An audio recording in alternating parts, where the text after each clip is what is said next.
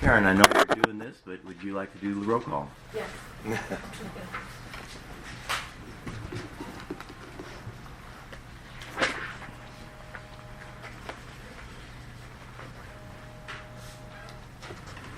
Chairman Searle. Present. Vice Chair Daniels. Here. Board Member Maxwell. Here. Board Member Howard. Here. Board Member Elders. Present. Board Member Peshlikai. Here. Mr. Chairman, you have a quorum. You may proceed. Thank you very much. First of all, it's great to be in Sierra Vista this morning. I want to thank both the Sierra Vista MPO and SEGO for the reception last night. It was well attended and the food was great. So thank you very much. Sam, Jim Masita, any comments on for last night? Just what you said. It was great to see everyone and reconnect with some friends. And the food was delicious, and the dessert was excellent. Thank you. Yeah, Floyd even partook of that. So. Thank you, Mr. Chair. I just want to say that it was nice to meet everybody, and I had great conversation and company at the table last night, so I really enjoyed it. Thank you so much. Mr. Rorick, if you would go on with the Title VI, please. Yes, Mr. Chairman. Pursuant to Title VI of the Civil Rights Act of 1964 and the Americans with Disability Act, the Arizona State Transportation Board and ADOT do not discriminate on the basis of race, color, national origin, or disability. No person will be excluded from participation in, be denied the benefit of, or be otherwise subjected to discrimination under any Arizona State Transportation Board or ADOT program or activities. To assist in measuring the participation, we ask each individual to please complete an online self-identification survey. Both English and Spanish versions are available, and the link to that survey is shown on the agenda. For those attending in person, we have survey cards at the entrance to the council chambers. Please complete a survey card and leave it there. We'll pick it up at the end of the meeting. By completing this voluntary survey, ADOT will be able to determine who attends its public meetings and how the department can improve participation. The survey will also help ADOT fulfill federal reporting requirements. Thank you. Thank you, Mr. Ulrich. And with that, we'll move to the call of the audience. If you're participating telephonically, you will be muted until you're called. The instructions are on the agenda online. In person, we will do that first. Mr. Rourke, would you call our first speaker? Mr. Chairman, our first speaker is Ms. Carolyn Humphreys, Mayor Pro Tem, City of Sierra Vista. Thank you. I can't see you over. I'm not tall enough. Do you need a booster? Okay, that's a secret. It's an honor to welcome the board here again here in Sierra Vista and the hummingbird capital of the United States. I'll go that far. And it was a pleasure welcoming and meeting the two new board members. And if this is your first time to Sierra Vista, I hope you're enjoying it. And I'm really happy to hear everyone loved the food at La Casita. They've been here 30 years, so we're very proud of that family business. We're looking forward to the work being done on 90 on our end, and I'm sure you've heard about that many times, but it does mean a lot to our community. It's a route that you have to take to get to the hospital, and many of the major businesses here in town, a lot of big businesses. So we're looking forward to that. And the Rural Summit we're hosting next year, so hopefully we see you back here next year for that.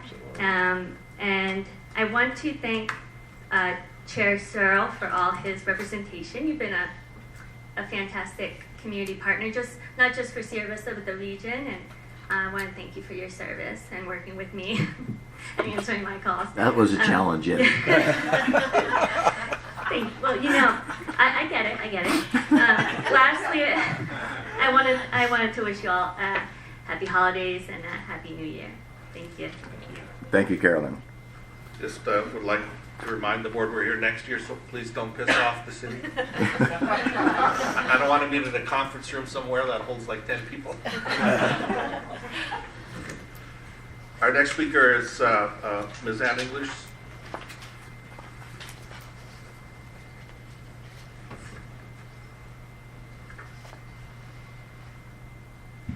Good morning, board and staff, ADOT.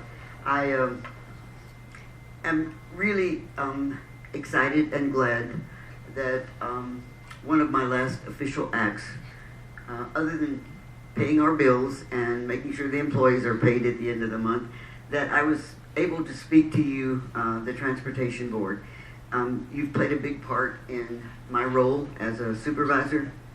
You have been kind to me when I've made suggestions, sometimes when I have been persistent, and we really depend on you. Not only for the money that flows, but for your expertise, for your abilities to see the whole state and realize how important we think we are, even though we're not urban. And I want to thank Richard. I worked with Richard certainly before he was on the Transportation Board, and I knew that he was going to be a good representative of rural Arizona because he understood and hopefully had the ability to get you to understand that rural Arizona really is what makes Arizona work. And so thank you for accepting him and all of his idiosyncrasies. So Richard has served all of us well, and we want to certainly thank him. I want to thank you for the projects that you have done recently. You know, the public, when they see even black paint on the road, they feel like that, you know, someone cares, because everyone travels our roads. Not so many are airports. Thank you for that money also, because we can't do this by ourselves. We're dependent on you and the federal government and ourselves working in a partnership. And we truly thank you for the partnerships that you have given us. We're grateful that you are certainly looking seriously at the 2 roads that lead to ports. We have 2 ports here in Cochise County. One of them is less known, the Naco Port, and that's a county road that leads there. So we're looking for help to maintain that, because we think that that's going to flourish also, as well as the new Douglas Port. So again, thank you for all of the staff that's worked not only with us but with Mexico in order to make this happen in an organized way. I think it's the future of the economy of Southeast Arizona as well as Arizona. The boards in the past, our boards, have always looked at the ports as being the one way that we could start to think of a way that didn't use so much water, that wasn't controversial, that would add to the value of not only Cochise County, Southeast Arizona, the state of Arizona, but for the United States of America. So thank you for being with us on that project and staying with the boards in the future until it really happens and hits the ground. So again, my purpose in being here was one of thanks and appreciation for all that you've done for us and that you will do for us in the future. So thank you. Yeah. We do have a 3-minute time limit, Ann. So, but I wasn't going to stop you in the middle of thinking of that. So, Yeah, I wasn't going to stop. Yeah, I was waiting to see who was going to try to do that. Like, that would not be Actually, good. Chairman Searle, I do think the gratitude needs to go the other direction, if we can, just for a moment. I know it's public comment, but thank you for your incredible years of service. You have been a pillar of Southern Arizona for many, many years, so thank you for your continued contribution, and I'm sure you're not done. Yeah. And Mr. Chair, I'd like just to echo that. The one thing you could always count upon Supervisor English was to be present, be there. And we did a pretty large Pima County directed look at the Douglas Port of Entry and what it's going to do. And of course, Supervisor English was present and letting us know what's going on. She's always supportive, and you've made a difference with your input on this board. When combined with Chairman Searle on what we're looking at and things that we're trying to do, it has made a difference in the last couple of years, and that's just the last couple of years of your lifelong service. So I also want to say thank you. and I don't know that many people realize you took a break in the middle, but from, there's probably not a county supervisor in the state that goes back to at least the 1990s. And I think it was probably the late 80s when you went on the board. So I don't think there's a supervisor in the state that has that longevity or that remembers what all has gone on over the last 40 years. So, and thank you.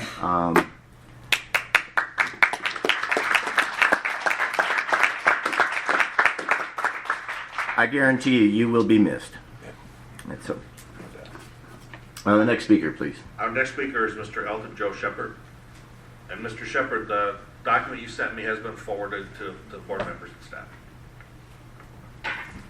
Thank you. I will recognize the 3-minute time limit. I'm here as County Supervisor for Apache County and also as Northern Arizona Council of Governance Regional Chairperson.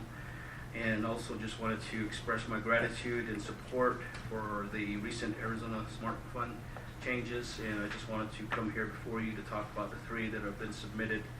One is basically in Northern Arizona between many farms and Rock Point chapter. And that is a local match fund for safety corridor study and an amount of 46,000.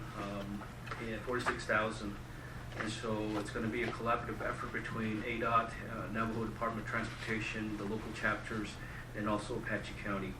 And again, the study there, we've, with between 2021 and 2023, there were 4 fatalities and 64 injuries.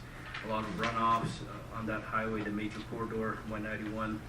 As you know, many roads, we don't have many roads that are paved on the Navajo Reservation, but this is one of the main arterial roads that go through there. So, the second one is basically that you guys will be reviewing is an upcoming $1.2 million design application for Stanford Road Phase 2. And hopefully that the monies will be utilized for an upcoming safe streets and roads for all grants project. So again, just wanted to say thank you for continuing to support a lot of these projects that are across the state of Arizona.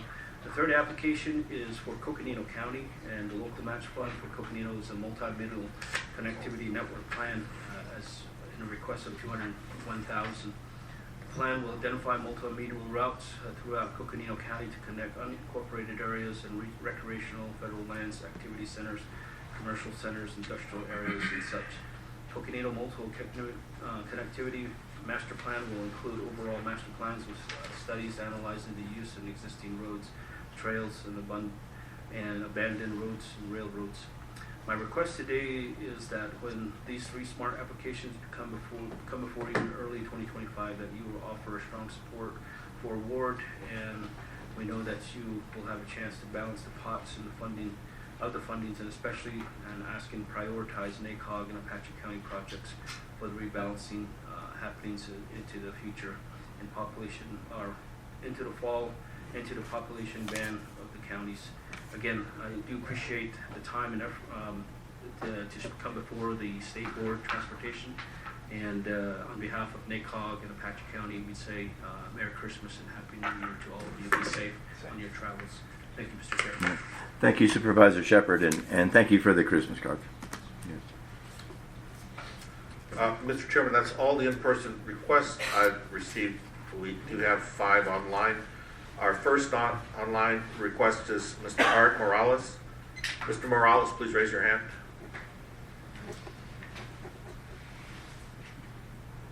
You are now unmuted. You may speak. Great, thank you. Mr. Chairman, members of the State Transportation Board. Today I'm wearing 3 hats. Hat number 1 is City of Yuma Councilman. Hat number 2, the board member of YMPO. And hat number 3, the father of a 23-year-old daughter that travels on Highway 95 on a monthly basis. First, I do want to start with a couple things. We are thankful for the following improvements to our region. The improvements to the traffic interchange at Interstate 8 and Avenue 3E. That was a critical project for our Marine Corps Air Station as part of their securing the F-35 fighter jet. Second, the recent improvements to the United States Route 95 between Araby Road and Welton Mohawk Canal. They've been a great start for easing the travel between the city of Yuma and the more than 2,400 military and civilian workers at the Yuma Proving Ground Complex just north of the Yuma metropolitan region.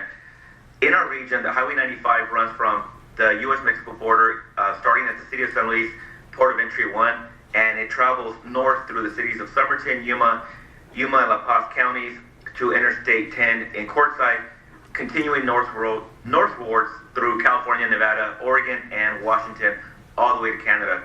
Now, this route has been officially designated by the Arizona State Transportation Board as the western passage of the Canamex corridor. As you may be aware, completing the improvements for the 17 plus miles to this critical route has been the highest priority for our region, and we very much appreciate the role taken by the board and especially the many ADOT employees involved in the Southwest District at the ADOT headquarters in completing the first few portions of the corridor. With the widening improvements between Rifle Range Road to Wilton Mohawk Canal coming to completion by the end of early next month, the next scheduled segment for widening is Imperial Dam Road to Aberdeen Road, which is a 4.7-mile segment that directly affects all YPG employees, and as I mentioned earlier, my daughter. However, there's not enough funding to carry out the shovel-ready project, and then the remaining 5.4 miles, which would fully complete the Highway 95 winding project, is currently in the design phase. We are asking to continue the late Gary Knight's efforts on improving this corridor and respectfully urge that the board support those efforts during the development of the forthcoming fiscal year 2026-2030 ADOT 5-year facilities construction program. Our federal and military partners are stepping up to the plate again by providing right-of-way and substantial utility relocations, in addition to over $12 million in funding for widening a prior segment. The YMPO has also played a significant role by providing the resources and leading the efforts in applying for the federal grant programs to date. And I think I made my 3-minute cap. All right. Thank you, Councilmember Morales. Thank you. And Merry Christmas. Sorry we didn't get that in, but Merry Christmas to you as well. And you got 8 seconds left. Our next speaker is Mr. Jose Grijalva. Mr. Grijalva, please raise your hand. You are now muted. You may... Oh, perfect. You're now muted. You may speak. Good morning. Good morning, Mr. Grijalva.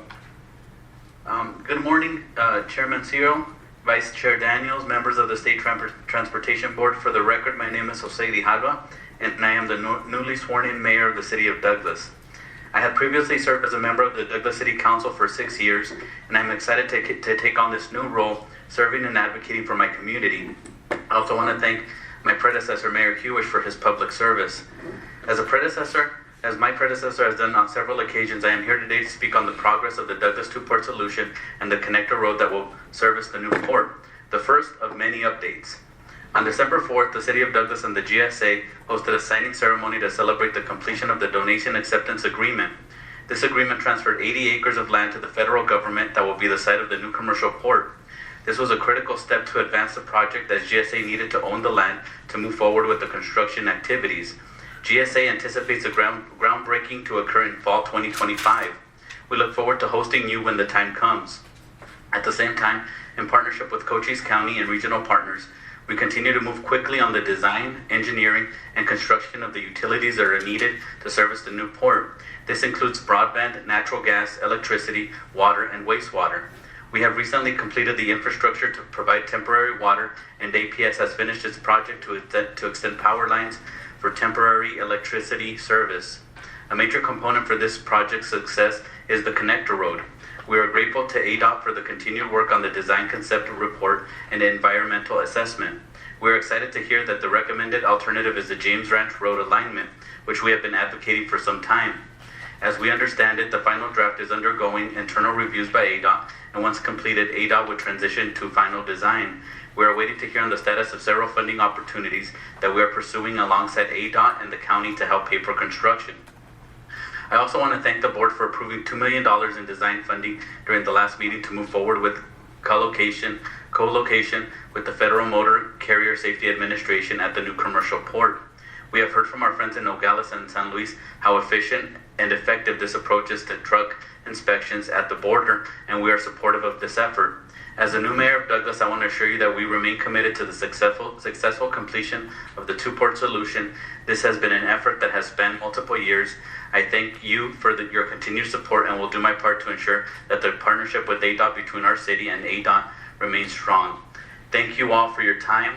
I appreciated meeting you all yesterday, and I can't wait to see you all in Douglas, and especially when this project is done.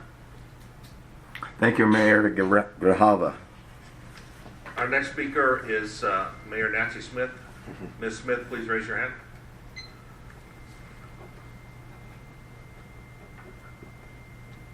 You're now muted. Hello? Yes, Ms. Smith, we can hear you. Thank you.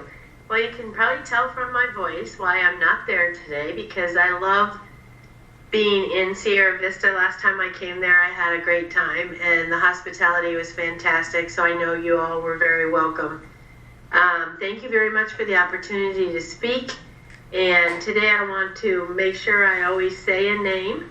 So in 2023, March 2023, on a Wednesday evening, Sila Fernandez said she lost the reason for living. She said her doctors declared her 10-year-old daughter Surrey brain dead, and she was angry and hurting. Her daughter was only 10. She didn't even live her life. This is just an example of what's happening on State Route 347. I first want to talk to you about being thankful for the accomplishments of 2024. Just a quick summary of a few of them. The green right turn arrow as you enter off of I-10 onto 347. The crossovers that were provided, we just have to now learn how to use them in a situation where traffic is shut down. And the 1 mile just within the city limits. All three of these examples have had a great impact on the use of State Route 347. As you all know, I provided you a study that showed that State Route 347 was one of the deadliest roads in western United States. Recently, I had a meeting with Senator Farnsworth where he called me. This is the first time. I always invite myself into their offices at the legislators' offices, but this time Senator Farnsworth called me into his office to discuss the needs for improvements, and he gets it. And we all need to get it and understand how transportation needs to change, but specifically for State Route 347. Board members, I encourage you, it's time. We cannot let another 5-year plan update be completed without solid plans to begin moving this project forward. And I want to remind you, we have funding to get some of these sub-projects moving. And I would like to see commitment to get these sub-projects started this year. Going out for bids would be fantastic for the intersections. We have the fundings for that. So please review how we do this when you're reviewing the 5-year plan update. Please make it a priority before approving the 5-year plan. And lastly, Merry Christmas and Happy New Year. And thank you for always allowing me the opportunity to speak. Thank you very much. Thank you, Mayor Smith. Our next speaker is Ms. Lynn Pancrazzi, and she's already raised her hand. He's got the passion.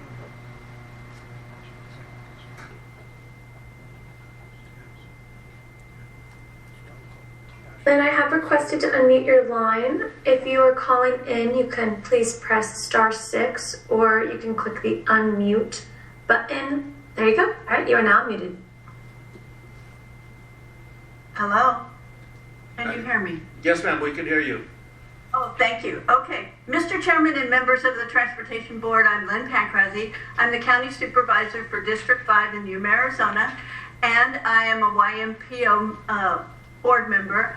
I also have 2 nephews who work in the agricultural field, one for cicada seed and one for Fertizona, and they are all impacted by the Highway 95 widening. But first, let me begin by thanking you for all the projects that you guys have done in Yuma previously. SR 195, all of the improvements to Highway 95 that you've done for safety in the past, and for the people of Yuma County. But Highway 95 continues to be our focus for YMPO. It makes a huge impact on our country, our state, and the region, and is critical to the regional's agricultural industry, impacting my nephews, the Department of Defense installations at the Marine Corps Air Station and the Yuma Proving Grounds, and also for tourism. The YPG is the largest single civilian employer in Yuma County, and we call it the Highway 95 I don't know, whatever it is, when they're all going out there at 5:30 in the morning, it's just unbelievable. It is also a national resource. And did you know that they are still working on expanding the artillery pieces that can fire up to 100 kilometers? I tell people, you really don't want to know what they're doing at YPG. You just know that it's for our defense and it's for our safety. And because of that, we need to finish a segment that is shovel ready. And 75 million is needed to construct it. However, only 33 million has been appropriated through the state via the Rural Transportation Advocacy Council Transportation Bill, which my friend and the late Gary Knight and I advocated for at the state legislature.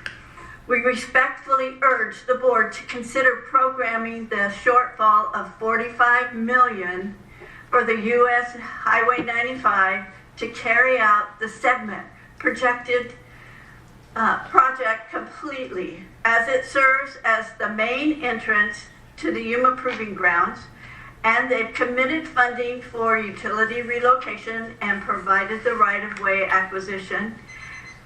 It would include in it a underpass for tanks and tracked vehicles, which now have to cross on top, and which now closes down Highway 95 while they are crossing for safety reasons. Excuse me, Supervisor Pancrazzi, but you have exceeded your 3 minutes. Okay, well, thank you very much. And I appreciate any efforts that you can on Yuma County's behalf and YMPO. Thank you. Thank you, Supervisor.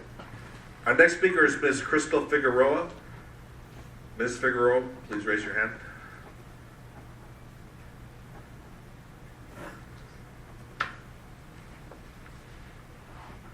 You are now unmuted. Good morning, Chairman Searle and members of the board, Director Toth and staff. My name is Crystal Figueroa, the Yuma MPO Director. I was recently welcoming my firstborn, and Mr. Paul Ward have been assisting during this time.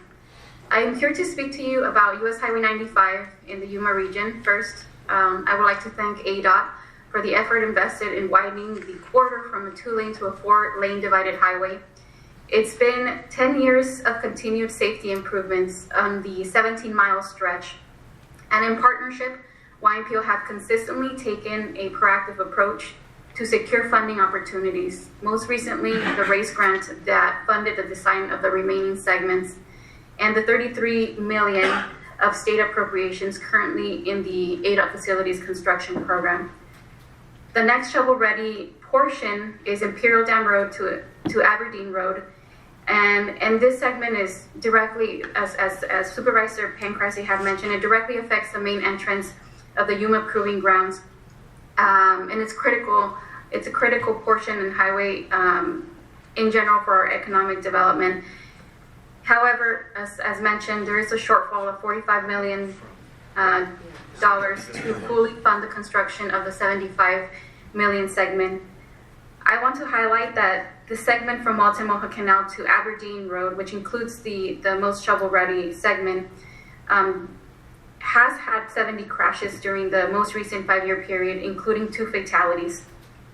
As you are aware, completing the improvements on this critical route has been the highest priority in our region. We respectfully request that the state consider programming funds to continue the momentum for moving this project forward and continue the late Gary Knight's efforts, but also consider in the development of the new year facilities construction program, fiscal year 2026 to 2030, that we still have the final segment to be funded, and it's a challenge for everybody. It's, the funds are not there, they're not there, but please consider providing funds for this project as it's critical for our region. And thank you very much for the opportunity to speak, and happy holidays to all of you. Thank you, Ms. Figueroa, and welcome back to the YMPO. Mr. Chairman, those are all the requests to speak that I have received. Although I noticed there is a person online who's had their hand up since the beginning of the meeting. They have not submitted a request to speak. We can either unmute them and check what the comments are, or we can continue on with the meeting. Do you have a preference? Let's see who they are. So there's a hand raised from Israel Kayogera. Bryce, can you assist on muting that person, and we'll see if they have a general public comment? Yes, I have requested to unmute your line. Again, if you're calling in, please press *6. Otherwise, you can click the unmute button on the bottom center of your screen.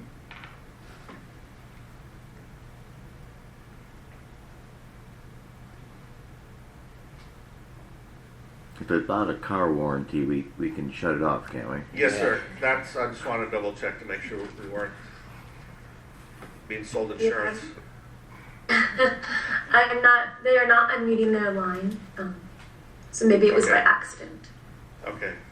Thank you, Bryce. Mr. Chairman, that is all the requests to speak that I have. All right, I'm going to go ahead and close the call to the public, and we'll now move to item number 1, the director's report. Director Toth. Good morning. I want to thank everyone for welcoming us here. We're very happy to be here today. So, next slide, please. I'll start things off with a fun focus on safety. Every year we open our safety calendar contest to the children, the relatives of our ADOT employees. We get some amazing artwork submissions, all focused on important safety messages. The artwork is then used to create a calendar that's distributed to all ADOT employees. It was provided to you today.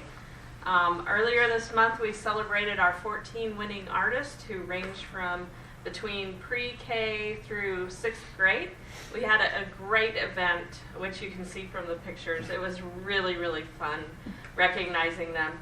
This is actually our 22nd year holding the safety calendar contest, and I am always amazed at the creativity. You know, none of these children are old enough to drive, but they definitely have some wonderful messages and safety tips. So they are a daily reminder to our employees to stay safe, whether that's on the road, at work, or at home. And the children's artwork really helps us to remember what's important, and we really cherish that tradition at ADOT. So in addition to the calendars, just a reminder that we have some safety measures which are especially important this time of year when so many people are traveling for the holidays. You can always call 511. You can visit az511.gov or download our app, AZ511 app, for the latest highway conditions around the state. Our No Snow site is another great resource for travelers who are planning a trip, and that can be found at azdot.gov/no snow, KNOW, snow. Not NO, snow.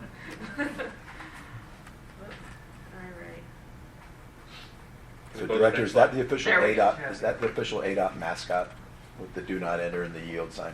Yes, yeah. Stay away. And the highway hound is in one of those pictures too.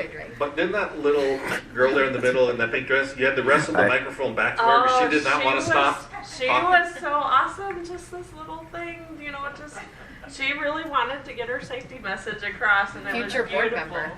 Yeah. Huh? Future board member. Yes, Yeah. exactly. I think a future legislator or council member for sure. So speaking of the holiday season, we're headed into the end of the year, and it's only natural to kind of look back over the past year. I don't want to give you a full rundown of everything we've accomplished, but I do want to call out that 2024 has been a very productive year for ADOT and the State Transportation Board. We saw a big emphasis on new grant funding. We've moved forward with I-17, with I-10, and a number of other projects. In total, we advertised 89 new projects in 2024 as of earlier this month. Pavement preservation obviously is a big focus, as was engaging with the public, local businesses, municipalities, and other government agencies and groups. This year we celebrated our 50th anniversary. We also launched the Arizona Transportation Institute. We opened back State Route 88 and repaired the US 191 overpass in Cochise County. So very importantly, our agency was renewed by the legislature for 8 years, and we completed our 5-year update to the Strategic Highway Safety Plan and continue to play a crucial role when it comes to safety. From wildfires that impact our roads to snowstorms, we have daily incidents across the state. Our crews are out there helping people get to where they need to go. I'm proud of what we have done in 2024, and I thank our board for the support and guidance that you've all provided. We're really looking forward to 2025. So with that, in terms of a legislative report, we're looking forward to an upcoming legislative summit on January 8th, not 28th, 8th. We sent out the invitations, I believe, yesterday to the board, and we're gearing up for the upcoming session. On the federal level, I have to rib our federal partners because I see they stepped out of the room for a meeting. But the federal government is due to shut down today after midnight. Congress has been working on different stopgap funding measures to extend the prior continuing resolution that was brokered in late September of this year. Today it's expected that the House of Representatives will introduce actually a third continuing resolution, which is said to preserve our current spending levels through March of next year. Although details of that measure are sparse at the moment, negotiations definitely are still ongoing, and we're closely monitoring that activity in DC. I do want to say that we do not anticipate much, if any, disruption from a potential shutdown due to the fact that we have a long-term authorization, IIJA, which is in place. So that concludes my report, and I'd be happy to take any questions. Any questions for Director Toth? Seeing none, thank you very much. Item number 2, district report. Mr. Emery, Southeast District Administrator.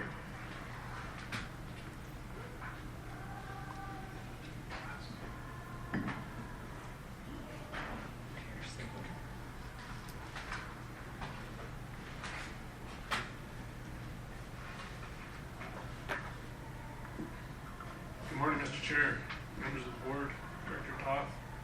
It's good to be with you this morning. I have a brief presentation to go through to give you an update on our current construction projects in the Southeast District. First project is the US 60 Queen Creek Bridge. This project is a bridge replacement project on US 60 at milepost 227. This is just east of Superior. Contractor is Ames Construction. The contract bid amount was about $40.7 million. The project is about 19% complete. The ongoing and upcoming work that we have going right now includes shoring, work on the westbound roadway cut, and excavation at Pier 2. The next project is Mr. Emery, on that Queen Creek Bridge, how long is that project going to be up and going? I mean, we looking for 2 years? At least another 1.5 to 2 years. Okay. The US 60, the next project is the US 60 Waterfall Canyon Bridge. This is a bridge replacement project, also on US 60 at milepost 229.5. This is just east of the Queen Creek Bridge and Queen Creek Tunnel. Contractor is Ames Construction. The contract bid amount is about $3.9 million. This project is about 15% complete, and they're currently working on the box culvert walls. Next project is the US 191 7th Street to milepost 173 project. This is a pavement rehabilitation project on US 191 from milepost 163 to milepost 173. This is in the Clifton and Renzi area. The contractor is F&F Construction. Contract bid amount is about $10.1 million. Project is about 28% complete. The upcoming work includes milling and paving work beginning in March of 2025. They're currently on winter shutdown. The next project is the US 191 Tabletop Road to 7th Street project. This is a pavement preservation project on US 191 from milepost 160 to milepost 163. This is just east of Clifton. Contractor is F&F Construction. Contract bid amount is about $1.2 million, and that project is about 10% complete. That is a micro-seal project, and that work is scheduled to start in the spring of 2025. The next project is the US 191 at State Route 75 and State Route 78 project. This is a construct roundabout project on US 191 at milepost 154. This is at three-way. The contractor is Granite Construction. Contract bid amount is about $6.5 million. Project is about 42% complete. And the ongoing and upcoming work includes curb work and continuing to pour Portland cement concrete pavement. Well, Mr. Emery, when is that project projected to be completed? That project will be done in 2025, towards the end of 2025. I wanted to show you some pictures of three of our projects and kind of show you the work that's being done. I wanted to start with the US 60 Queen Creek Bridge. The picture on the top left, that shows you the excavation work that they're doing at Pier 2. So Pier 2 is one of the large piers, and you can see the challenge in getting that area ready for the foundation for that pier. The picture on the top right, that kind of gives you an overall view of the project area. Of note is all the different access roads that the contractor has had to build in order to get access to the work areas for this project. The picture on the bottom right, if you can see the two dump trucks that are coming down from the hill there, that is the westbound rock cut that they're currently working on. So that area, we're pretty much going to remove a lot of that rock right next to the westbound part of the highway. And the bottom left picture, that shows you one of the access roads that they were building to get access to do work on one of the piers in the abutment of the new bridge. That also shows the shoring work that they have to do. This is right next to the existing highway, so they had to do some shoring work in order to build that access road. The next project, and for me this is one of the more challenging projects I think that we have, is the US 60 Waterfall Canyon Bridge. And as you can see on the picture on the left, you can see we're essentially building two new box culverts under the existing bridge, while traffic is still using the existing bridge above. So you can see on the left, they began putting the reinforcing steel for the floor and the walls. You can see that picture on the top right shows the two box culverts and the reinforcing steel for the floor and the walls. And then one of the big challenges, the picture on the bottom right there shows you there's not a lot of room to work. So you have to the left, you have Queen Creek, which we can't get into, and on the right you have the highway. And so that access road was really the only access that there was to get down to the work area. And then I wanted to show you the US 191 and State Route 75 and State Route 78 roundabout at three-way. So this area sees a lot of large trucks and vehicles that are going up to the mine in Morenci. So this is a large roundabout there at three-way.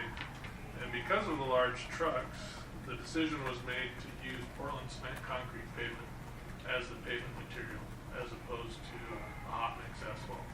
So if you go out there, you're going to see a lot of concrete for this roundabout. So that's what those three pictures are showing, all of the concrete for portions of that roundabout.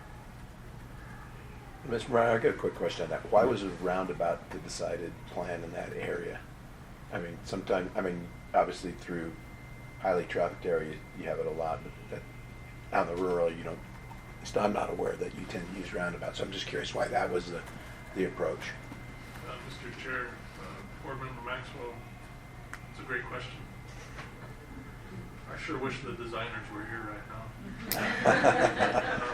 What I think is roundabouts are a very good traffic operations intersection because of the way the intersections work with 191. 191 comes from US 70 and then turns to the west towards Morenci and Clifton. Then you have State Route 78, State Route 75 coming into the same intersection. Most of the traffic movements are also tied to 191. So I think the decision was made that the roundabout would serve everyone best to ensure good traffic operations and the safest. There's also some interesting vertical curves coming in and out of this intersection, and I think that's why the decision was made. This would be the best intersection, best operations, and the most reasonably safe. It looks like an incredible project. One I definitely want to make the drive up there sometime and see it because the big truck traffic on roundabouts doesn't fit. You know, I just imagine somebody getting stuck. You know, it takes time for the truck to pull out, but it does look. The size of it looks like it's going to have sufficient room for trucks to enter. I can tell you, we spent a considerable amount of time, and we included the mine in those discussions. Okay. Basically asking them, what is the largest vehicle that you can see coming through here? And it was designed to accommodate that. Thank you very much. Thank you, Mr. Chair. Yeah. Ms. McCall. We do have two other projects that are currently in construction. These two are just starting, though, but I did want to mention them. The first is the US 60 Schultz Ranch to town of Miami. This is a drainage improvement project on US 60 from milepost 241.41 to 242.23. This is just west of the town of Miami. Contractor is Meridian Engineering Company. Contract bid amount is about $4.7 million. The project is 0% complete, so it's just starting. The contractor intends to mobilize at the first week of January. And the last project is the I-10 East Wilcox TI-UP Bridge. This is a bridge rehabilitation project on I-10 at milepost 344.5, just east of Wilcox. The contractor is Granite Construction. Contract bid amount is about $1.1 million. This project is also just starting. It's 2% complete, and the contractor will be continuing to mobilize and will be closing the bridge overpass the week of January 6th. January 6th? January 6th. And with that, I thank you and would be happy to answer any questions. All right, thank you, Mr. Emery. Any questions for Mr. Emery on this one? All right. Thank you very much. And Mr. Castleman, welcome to Sierra Vista. Anthony is the director for the South Central District in charge of the Highway 90 project, and I think there's people here in Sierra Vista who would like to know what's going on.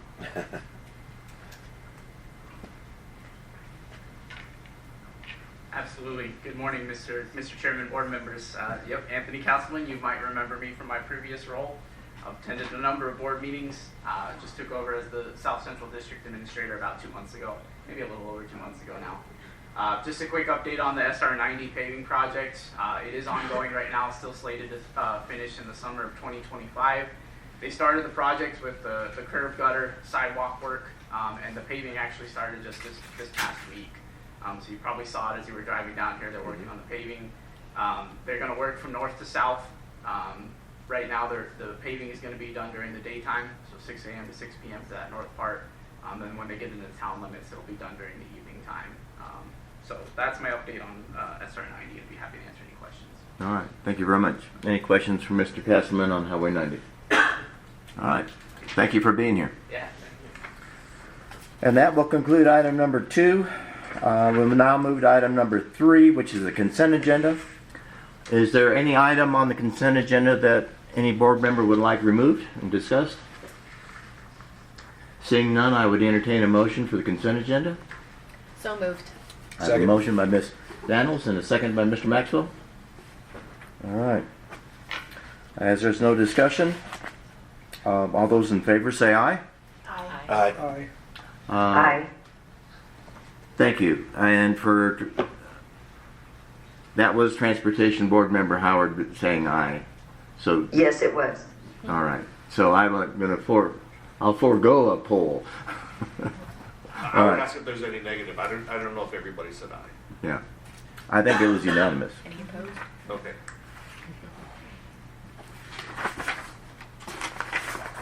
All right. We'll now move to item number 4, which is the financial report with Ms. Christine Ward.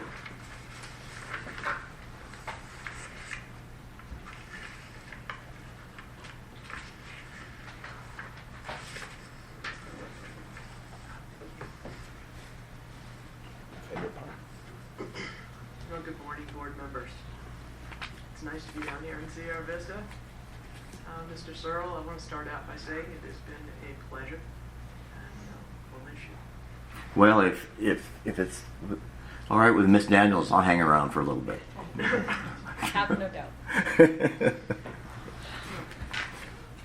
We'll start off giving you a report on the Highway User Revenue Fund, and these have been kind of brief because we are right within target range with about $727 million collected.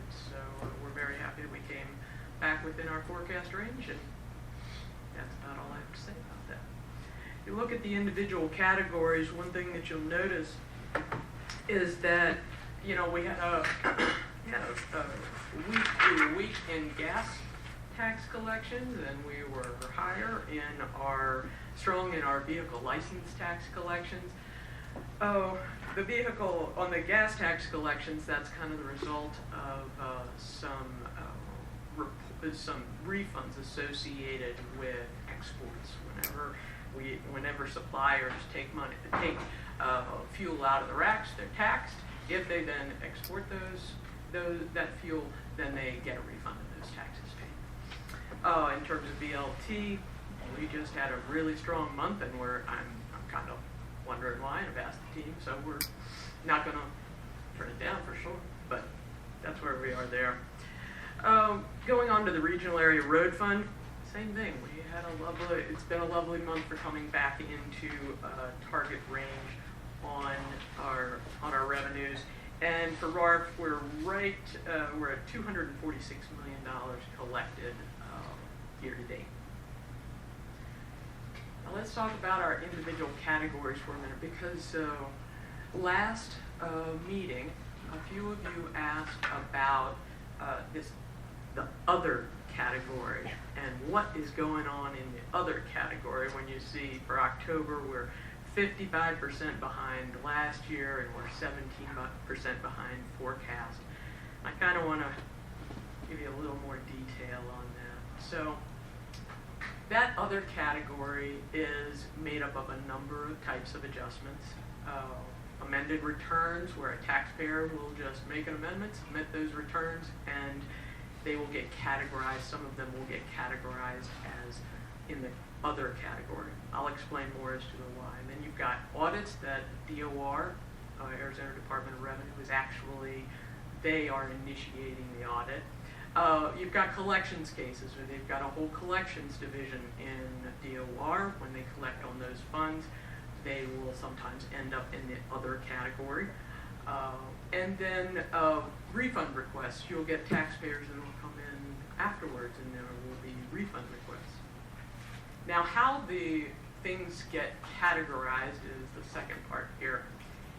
Some of these types of adjustments will actually get categorized in the specific revenue category that they are associated with. But when you've got a multi-year situation in which the funds cover a number of periods, a number of months, a number of years, or situations of that nature, or they will cover either multiple periods or they will cover multiple categories.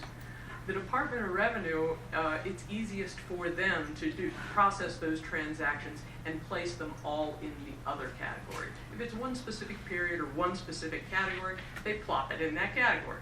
If it's multiple, they throw the entire transaction into the other category. And then you've got some where there are some tax categories where there are so few taxpayers that if they were to put them in the individual tax category, it would reveal who the taxpayer is. And so they keep those confidential and they put those in that other category. Now you'd also asked me about what our experiences have been in terms of the volume of dollars. And you can see on the chart that we have, this depicts the adjustments that were in the other category, the category of other, for the past 5 years. DOR doesn't have control over this. There's nothing predictable here.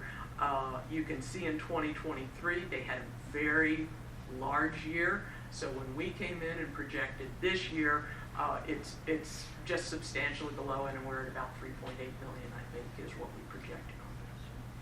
I hope that answers the questions on this issue. But please. Are you opening for any questions, any clarifications from board members on this? Absolutely. It's helpful info. Thank you. Helpful. Thank you. Oh, good. Okay. Yeah, Cool. perfect. Let's see. Moving on. So I'm not going to thank you, Director, for giving the federal update. We have been in quite a bit of there's been quite a bit of activity in the last day to make sure that the potential shutdown doesn't impact the department, and we're very pleased to say we don't anticipate any impacts from a potential shutdown. And then there's one last thing I'd like to report on. I spoke with Ms. Daniels, and I thank you for that conversation since our last meeting. And at the last meeting, I believe it was Ms. Daniels, maybe others as well, asked about expenditure reporting. Per that conversation, we are developing a report. The team is developing a report. We will be reporting out on expenditures on a quarterly basis, and that first report is after we will report back to you the first board meeting after the close of the quarter. Okay. If there are no more questions, I would be no more issues. That concludes my report. So I will be happy to take questions.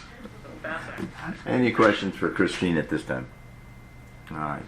Thank you very much for your report, Christine. Thank you. Now move to item number 5, our multimodal planning division report. Audrey Merritt.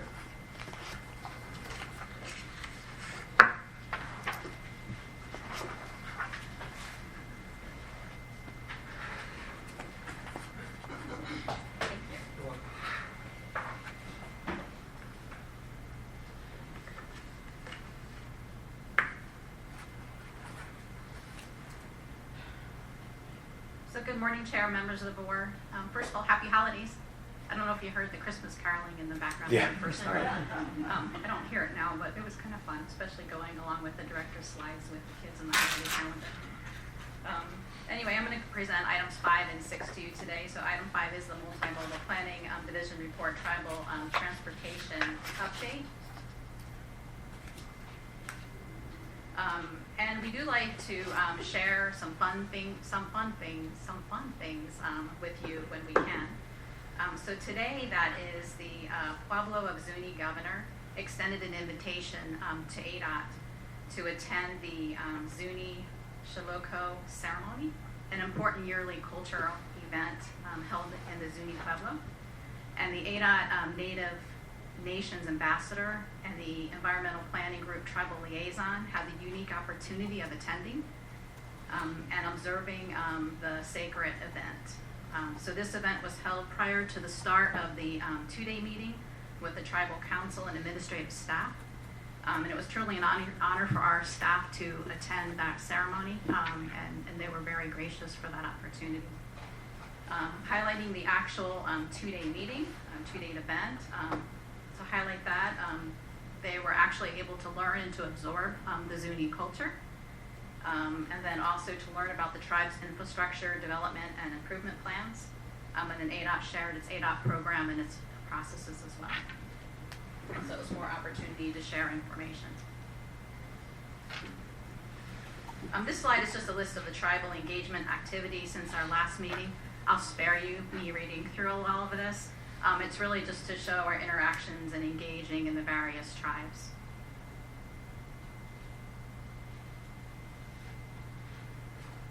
And then lastly, the governor's office on tribal relations will convene the 30th annual, I know the slide says 29, but I believe it's the 30th annual Indian Nations and Tribal Legislative Day event on January 15th, and it's at the state capitol lawn.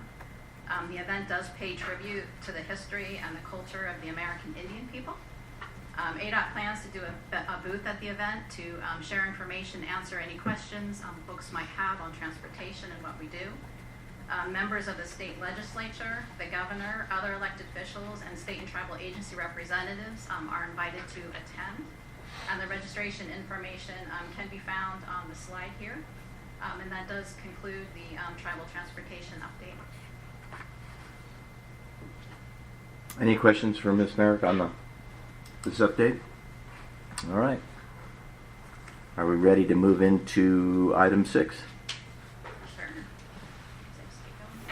All right, item 6, you've got quite a few items here, and I think we've all had opportunity to review on the agenda. And what I would just kind of move the meeting along, if there's any questions on any of the specific projects. I would like to get an update on 6C, if you would, the truck parking. That's a significant increase.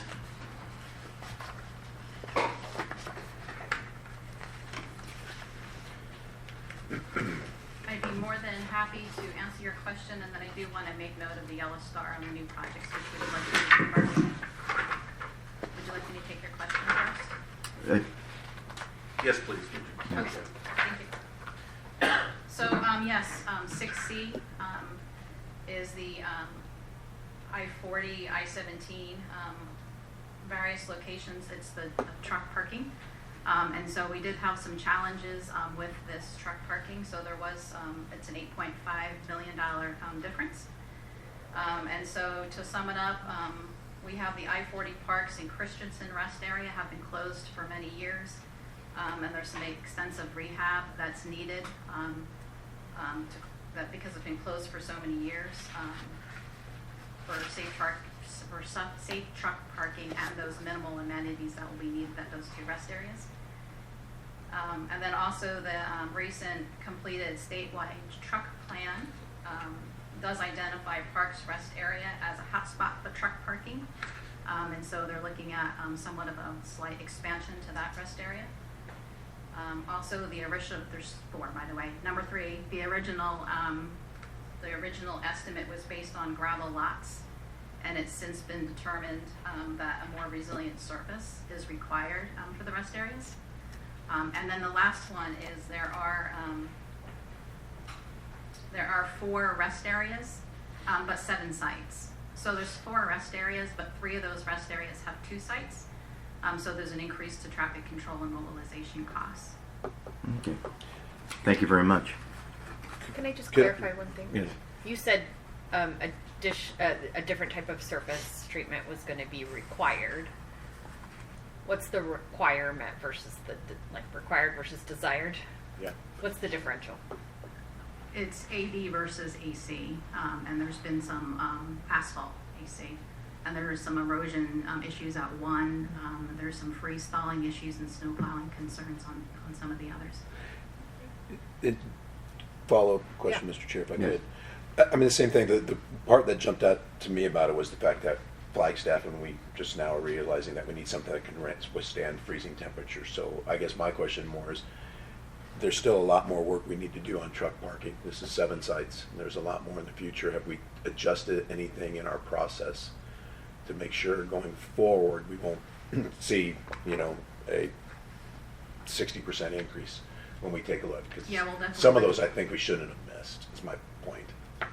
Yes, we'll definitely look at lessons learned on this project and implement those on the other ones for sure. Okay. Thank you. Okay. There's no other questions. Were there other items you wanted to address on this? Or would you be interested in taking a motion? Yes, if I may just make one note, because there is a difference between your agenda packet and what I do have on the slide. Okay. And that's if you take note of the yellow star at 6F and 6G, items 6F and 6G are correctly shown on the slide as new projects. These 2 projects were mistakenly included in your agenda packet as project modifications, so the slide is correct, and that was the minor adjustment. It was the clerical error. Okay. Any questions on that? All right. Seeing none, I would entertain a motion then to approve items 6A through 6T as presented. So moved, Mr. Chair. I have a motion by Board Member Maxwell, Second. a second by Board Member Elters. If there is no any other questions or comments on these items, Ms. Howard, if you would let me ask your vote separate so it doesn't get blended in with the rest of us. All those in favor say aye. Aye. Aye. Ms. Howard? Aye. All right. Any opposed? Hearing none, the motion passes unanimously. Thank you, Ms. Mayor. Thank you, Chair. Thank you, members of the board. We'll now move to item number 7, which is Mr. Chairman, item 7 is going to be presented by Lisa Danka, and she has had to be remote for the meeting. Good morning, board members. For the record, this is Lisa Danka, and I am here to present some information and one action to you regarding AC Smart. We're going to start today with the action. Next slide, please. This is related to an award made to Santa Cruz County by the board on March 13th of this year. They were awarded the Reconnecting Communities Pilot Program federal grant in the amount of $6.6 million for the Ruby Road Bridge over Potrero Creek and the Union Pacific Railroad. Excuse me. This grant requires a 50% local match, and the application indicated the match would be used for construction only. Now, this federal grant can actually be used on all phases of the project and not just construction. As a result, the county has requested that the board change the AC Smart match to apply to all project phases, which will provide greater flexibility in funding the project. This change is consistent with the SMART statute, which only limits match to be used on a federal grant and does not indicate any specific phase. The AC Smart grant of $3.3 million, nothing about it changes, and the funds will still be used only to match the federal grant. The change will just enable the match to be used for the same phases that the federal award applies to. And for your consideration, the requested action is to approve the expansion of the $3.3 million match award made on March 15th, 2024 from construction only to all phases of the project. You know, to make things simple, as that's my district, I'll go ahead and make the motion as requested. Is it a second? A second by Ms. Pleshev.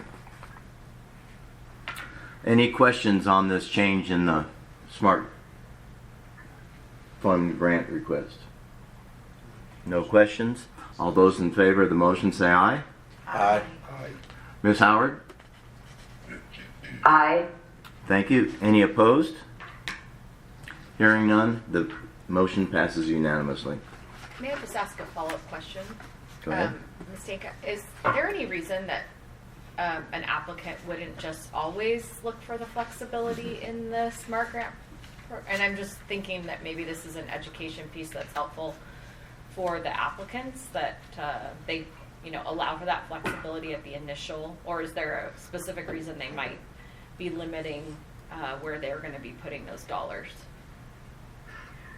Mr. Chair, Board Member Daniels, at times the projects that we received are already designed. The right-of-way has already been purchased. There is only one phase left where they would need AC Smart Match. At the time they applied for this, the plan was to use it for construction, and there was no consideration that the funding would be used elsewhere, because they have different types of funds on this project, including, I believe, a legislative appropriation, a federal earmark.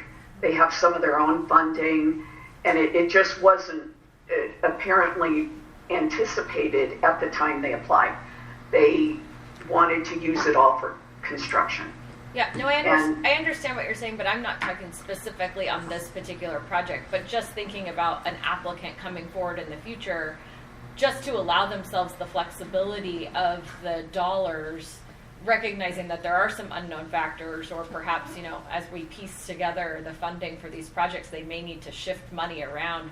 Wouldn't it serve the applicants better moving forward if they always just said for any phase of the project, or for any... Mr. Chair, I agree. I think if it's for the project's just beginning, I think that's a good idea. My concern would be, we always have people looking where our grant money's going, what we're doing, who we're giving it to, and there is a phase in there that we can't give them grant money, and then they collect other entities like some of the other ones that were mentioned, who will support the same thing we gave them grant money for. In theory, we're supposed to pull the grant money back at that point. Okay, so the double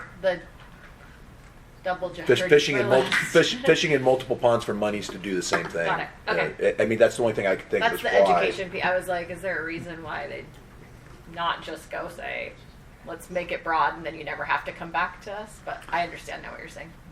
And for just clarification, and for auditing purposes, it's not a bad thing to have to come back, and it's just an adjustment. Sure. So. I just hate to slow people down.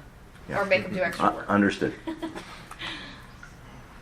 All right, and I think you have a report on how this SMART grant has been used in the data. Yes, Mr. Chairman, thank you. I am now going to pivot to map and data options that we prepared for the board related to the SMART Fund, and the data that I'm going to show you today is for the previous program. We have not received any new applications yet. You haven't acted on them, so this is all historical data. We are working on a dashboard which will be posted on the AC Smart webpage, and at a minimum, it's going to provide information such as the available funding in each category, the list of applicants as required by the grant statute, an interactive map which shows all the awards by type, be it design, match, or grant development, federal grants awarded to date as a result of AC Smart awards, along with the program's overall leverage factor, and the ability to drill into each project for information related to the specific AC Smart award, such as the deadline by which each design awardee must apply for their federal discretionary grant, or the board is required to rescind that grant and they're required to pay the money. So, next slide, please. We're bringing you, there's a previous slide to that, I'm sorry. Thank you. We're bringing you 3 different options for your consideration that we would include both in the dashboard and the materials that will be provided to the board when there are applications on the agenda. And in addition to the information I present to you today, we'd like to know if there's other data you want to see or other representations. Next slide, please.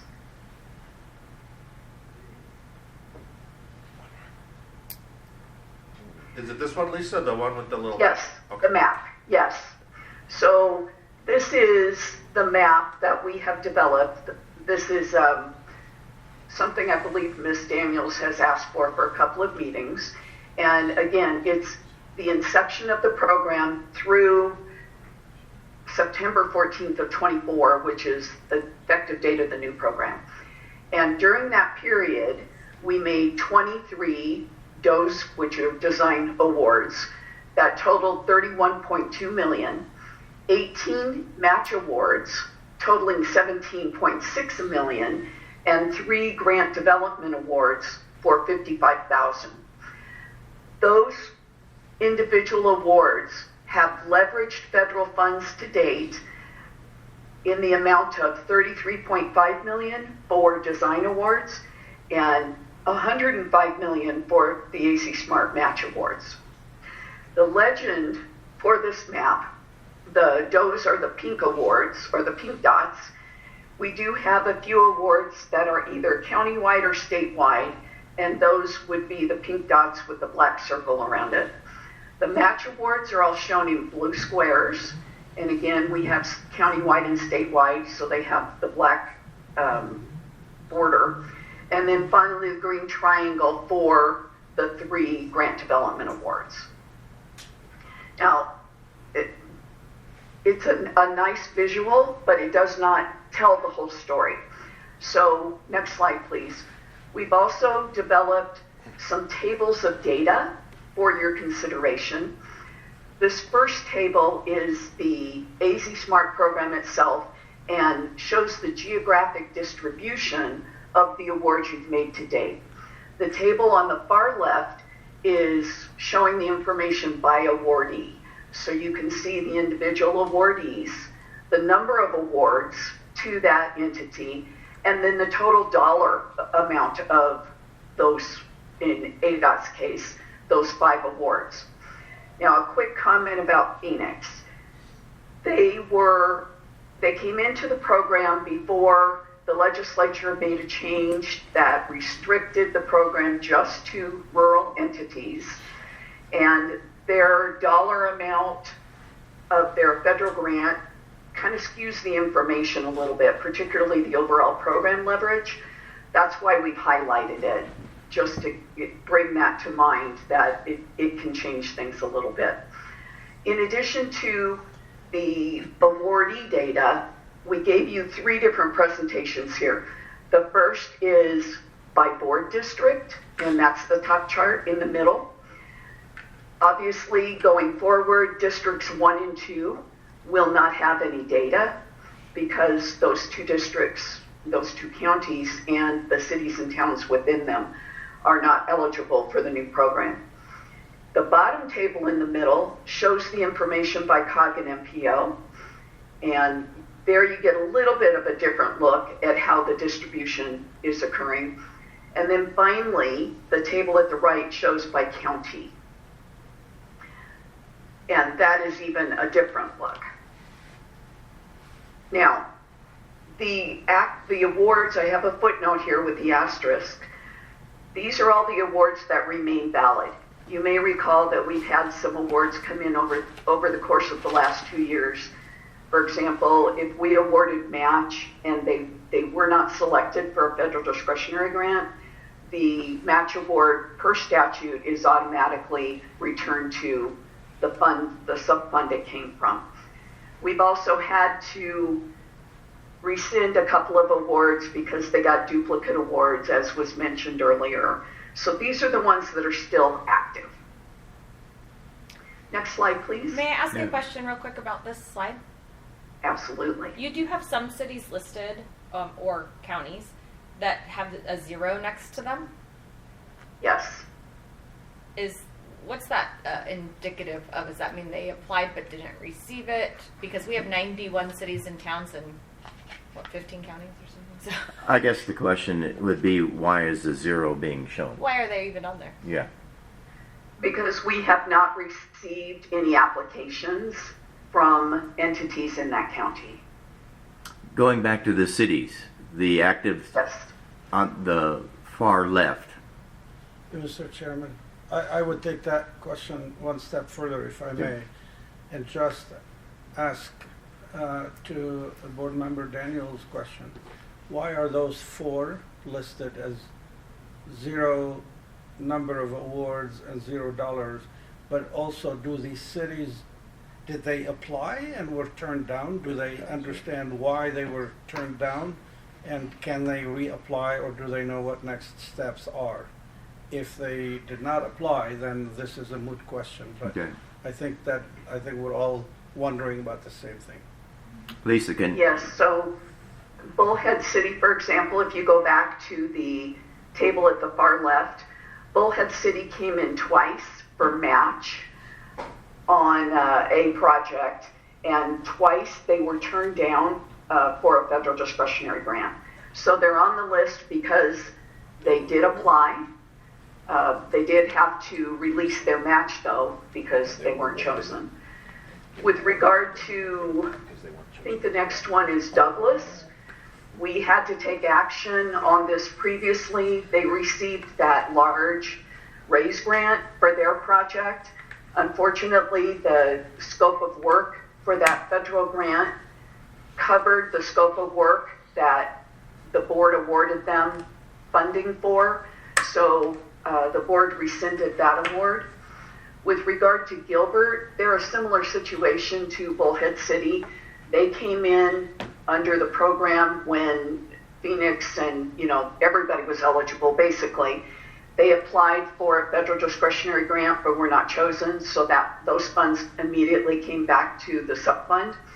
And with regard to Sierra Vista, just I believe it may have been last month or the month before, this is a rescission that the board had to undertake because they did not procure their consultant under federal standards, and therefore we weren't legally able to reimburse them for design. So the answer to why they're on there then is because they were awarded and we've rescinded. That's the answer to why they're on there. Or they weren't chosen for a grant, and it automatically was returned to the match award was automatically returned to the fund. So I guess the question for the board is in the data, is it helpful for us to see who has applied and how many times they've applied? Even if their answer is 0, they haven't gotten any awards. I mean, Gilbert in the future will no longer be on there. They're within MAG's jurisdiction, so that would cancel them out anyway. But I'm just looking at what additional data is helpful for us. Do we want to see who's applied and not received, even though there's various reasons as to why they haven't, and it won't be immediately evident on the chart? So you're basically asking for another column for applications. I don't know if that's helpful or not. Yeah. Because Mr. Chair. we need to see it. I don't know if we need to see that. Yeah. Mr. Maxwell. I want to see the third version too, because right now I like both the visual description and You this don't have data. to pick one. We can pick all of them. That's my point. I'm preparing her for our answer. We like it all, but I am. I'm glad to hear that. I do think the zeros, when they've come back to us, don't show us anything. So I an would leave the additional zeros. column that would be application. I wouldn't even include that. I don't know that we'd include it, but also if there's a 0, I don't think it's helpful for us to see it. Well, I think it allows us to know that they are who's trying to take advantage of it. And so Bullhead City, City of Douglas, Gilbert, and Sierra Vista all are trying to take advantage of the program. They just haven't been. So I think I getting back to why there's a 0. I understand why there's 0, and it's probably good to see who's trying to take advantage of it. Mr. Chairman. Mr. Elters. I would agree. As a board member, I'm interested in knowing how well this AZ Smart program is working, so it's good to know who's pursuing it and what is taking place. My suggestion on those zeros, just to help us understand them, is an asterisk that explains, this was pulled back Helps due to tell the story. So it's explained in the process. The asterisks that have that already provided do really a great job in explaining. Just adding one more footnote would take care of it, I would think. Mr. Chair, looking at this, I'll tell you, I know, as with all things, lots of times we all go with good intentions when we're making change to the state legislature. I anticipate there may be some more activity for us to change the SMART Fund eligibility again, because I can't look at this and say, Pima County, District 2, all the cities, it's huge rural segments. I mean, not small. It's got a lot of rural segments, and I understand the intent. As it was originally written, we had a lot of municipalities who were anything but rural, who were eligible. But now I look at, outside of Tucson, almost the majority of the Tucson region specifically, you get out in Ajo, Y, and all that, and they're not eligible to apply because they're in District 2.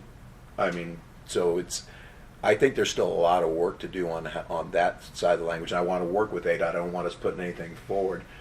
But I can tell you right now, looking at the maps, this is something I'm going to take back to my district and say, we need to fix this. Yeah. And it's also, this type of data is helpful to go back to the legislature and let them show how it's working. And that's, to me, this highlighted what we thought was, by the legislature, a good change. It's got its limitations. I agree wholeheartedly with the response. Sorry, go ahead. Lisa. My apologies. The next slide kind of speaks to hang on. how the program is working. All right, Lisa, hang on one second. Ms. Petrichai, did you have a comment or question? Yes, thank you, Mr. Chair. I think as far as the discussion of the number of awards that were, grants that were applied for by, like, say, Bullhead City, they had the 2 that they didn't get. That information would be, I think, helpful. And I guess that was my question for another column. And then also another thing, and I don't know if my question would be, I'd like to know what tribes are being not directly or indirectly being their transportation system is being benefited by the Arizona Smart Fund. And we have cities and counties here, but tribal nations are not on there, and I think that information would be helpful. Although I know we do get the update from tribal transportation person here, and I don't know if I'm talking out of where it doesn't. We don't really necessarily need to know, but I think it would be helpful. So. And I think with the change in the applicants and who can apply for them now, it's going to open that up. So there's going to be more data that's available as we go forward. Okay. If that's right, Lisa, if you want to address that. Mr. Chairman, board members, indeed, this is historical data, and at the point up until September 14th, only cities, towns, and counties were eligible for the program. Going forward, anybody eligible for a federal discretionary grant is eligible for the program. That includes tribal nations. So the list at the far left will actually be much longer, and you will see tribes on there as well as COGs and MPOs and probably many other entities that are eligible now. I hope that helps. Yes, thank you. That's very informative, and thank you. Okay. So I look forward to those changes. All right, Lisa, your next slide. My next slide, yes, thank you. So this particular presentation speaks to the effectiveness of the program. And again, we're showing you data by awardee. We're showing you their total AZ Smart awards. This is the big table to the left. And now the number of federal grants they have received, along with the total amount of those federal grants. So in ADOT's case, we've received 4. totaling $21.4 million. The AZ Smart leverage is how much that particular applicant has been able to leverage federal funds as a result of the AZ Smart Awards. And again, going down to Phoenix here, I mentioned earlier that it can skew information and calculations in this fund, and you see that their $437,000 award leveraged a $25 million grant, and their leverage factor is 57 times. So it is, when you go to the table to the right at 2.84 times for the entire program, that is impacted by this Phoenix leverage factor. Lisa, but we have also, Lisa, if I remember correctly on that Phoenix application, they had quite a bit of money that they were leveraging on that project as well. We were just a very small piece of it. Indeed. So I believe their original request was $3 million. I'd have to verify that, but it was definitely in the $1 million range. And my recollection is they already had an additional $6 or $7 million that went on top of that. So it would change the data. But that your point's well made. So this data, again, we're showing it to you by board district. If we can go to the next slide. We also are showing it by COG and MPO again, and by county. And then the small table in the lower right, I threw in there in case it was something the board wanted to keep track of. This is tracking the 2-year deadline for design awardees by which they must apply for a federal discretionary grant. Now, the one comment about leverage here.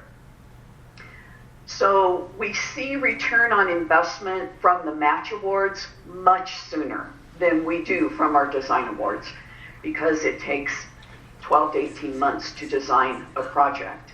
And often the match awards have come in either right before they apply or even after they've applied their request for match. So that leverage generates much more quickly. And at this, next slide, please.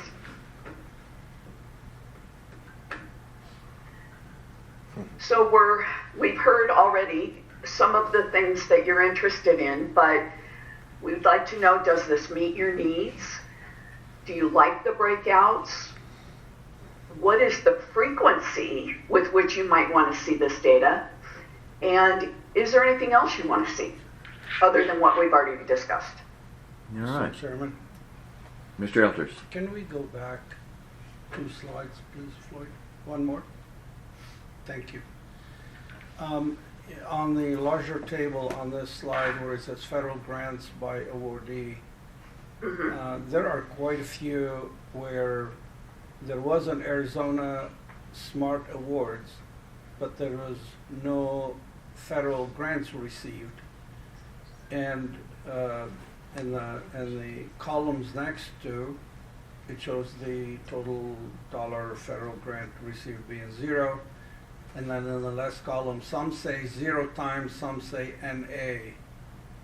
Is there a difference between those two? And can you explain, or were those dollars, were the Arizona Smart Awards dollars returned in the cases when there was no federal grant received? Mr. Chair, Board Member Elters, it does depend on the situation. In Bullhead or Bisbee's case, that's a design award. So it will be a while before they even apply for a federal discretionary grant. And therefore, we've made an award, but they haven't applied yet. So there isn't, there's nothing to leverage at this point. Bullhead City, a little bit of a different story. I mentioned previously that they applied twice for AZ Smart to match. It was the same project. They applied twice to match a federal grant and were not chosen for either grant. We can indeed annotate what's going on here, and that's one big takeaway that I have made a note of, is to help you better understand what's going on with the zeros and what it really means. So, Mr. Chairman, thank you, Lisa. Mr. Chairman, with that answer, I like what has been provided. I don't know that I don't need any more of this. Okay, Mr. Satisfies my needs. Well, thank you, Mr. Chair. As with all good deeds, they don't go unpunished. I like all the charts. So if you're looking for us to narrow them down, I'd say not. I've also come around listening to everybody talk. I'd like the application numbers from every city, even the ones that have been awarded stuff, as a separate column. Because some of the ones who've received 3 or 4 may have put in 5 or 6 grants. And so they're a community or a municipality that maybe others should look to, hey, how are you doing this? How are you leveraging this? And where you may go for help. So I do agree. I think adding the applications number for all of the towns that are listed, if somebody's 1 for 1, great, but if they're 5 for 3 or 3 for 5, that'd be good for us to see as well. And you did a really great job putting it all together. But as with all board members, we're probably going to say we like it all and we'd like to continue seeing it all. I do think quarterly is sufficient for us, in my opinion. Yeah, I agree with the quarterly statement. I just wanted to clarify, Lisa, NA means that they've applied for a grant and been rejected, but 0 means that they have not yet applied. Is that right? That is true. That is correct. Okay, so instead of saying total dollar federal grants received, maybe that column, instead of having $0, should say like NYA, not yet applied, or something that helps us to know that they haven't applied yet. Because what that means to all of us is that if they apply and get rejected, those dollars are going to end up back in the pot. Okay. And so that would be helpful, I think, for us to see sort of on a cyclical basis. And again, we're sort of going to have to be learning while we go here, since this is a first opportunity. To work through it. What did I say wrong? No. So let me just clarify that some of these are for design only. Right. And if that's for design only, they do not have to return the funding. If they apply for construction grants and don't receive it, then they have to So there are instances in this where the $0 is not necessarily rejection or not yet applied. It's a not applicable. Could be. Okay, so we just need to change the language, I think, on this to clarify. I think that's probably a pretty simple adjustment. But other than that, I'm grateful for the data and information, and I feel like it'll help us make decisions, assuming that this obviously becomes a lot more competitive, which I anticipate that it will, to spread the dollars geographically across the state and to be really cognizant of the fact that some municipalities or counties or MPOs might be at an advantage or a disadvantage based on the data that we end up. If I could piggyback on that a little bit, Ms. Daniels, this information is, I think, good for us to kind of see how the program's working, but I think it's even better for the legislature, because they're the ones that are funding this.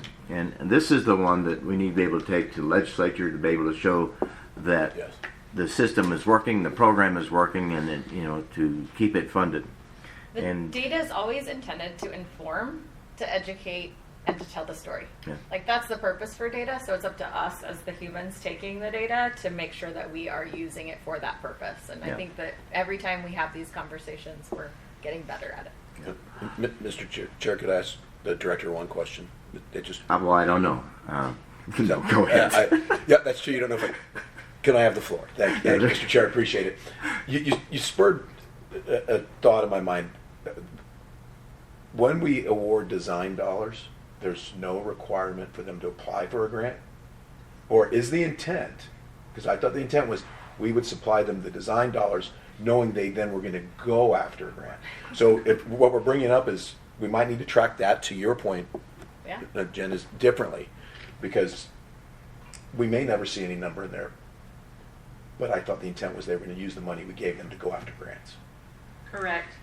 However, if they don't receive that grant, there's no requirement for them to return the funding.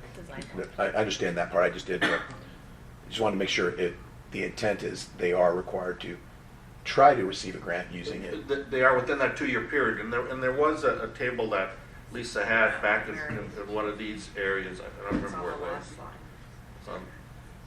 There it is. That they have to, bottom one there. If they get the design funds within 2 years, they have to apply for the full grant.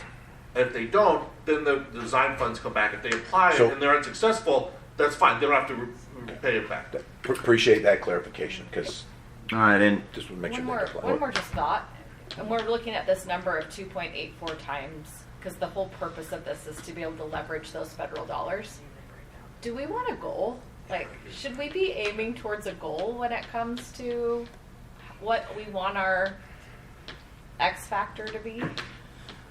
I throw it out there as a thought. Mr. Chair, I would suggest to you, Board Member Daniels, to wait for additional data before you try to set a goal, because this goal is an artificially inflated goal because of that Phoenix number. And so maybe another year under our belt before we attempt to set a goal to make it meaningful and attainable. Otherwise, it'll either be too easy to attain or we will never get I there. think they took that number out of this data, just if I'm doing quick math. Well, the overall impact on the amount of money that was put in there for the total, it's only 437,000. This is a straight 2.8 off the entire amount funded, so it doesn't have as much influence as you think. It's minimal, actually. I mean, it's only 1% of the entire fund, less than 1%. So the 57 times is only less than 1% included in that 2.8. My big concern is we want to encourage and we want to help the communities that don't have the funds to do it. So the idea that we're only going to start judging in order to meet our goal, design funds that we know are going to be successful, I don't think that's the intent. We want to give those smaller communities opportunities to go out and design, which is a wish, and then try to hopefully get some federal funds. But if we set a goal, and to Chair Cyril's point, the legislators can eat this up, and then if we start going, well, why are we doing all these that people aren't being able to leverage anything? And that's not the original intent, I don't think, of what the SMART funds were set up for. all right, Lisa, the one thing you wanted direction, and I think you've heard input on that. All of the slides were beneficial and how to improve it. The one question is how often this should be presented. Mr. Maxwell said quarterly. I personally think annually would probably be suffice, and I think as a board we need to weigh in how often we want to see this. Mr. Chairman, I thought quarterly was a good benchmark. All right. Ms. Daniels? Quarterly, but at a minimum biannually. All right. Quarterly. Quarterly. Ms. Howard? I think quarterly as well, and I'd also like to add that it's so good to see all of the information in one place so we can see the direct impact of this program and so that other communities can see the direct impact, because it shows that the money's there, it's being awarded, and I'm hoping it will entice other rural areas and small towns to apply. Very good. Ms. Mr. Chair? Yes, Lisa. If I may, we will indeed provide this to you quarterly. The other question I have about frequency, though, is when there are applications on the agenda, would you also like to have this information at that time?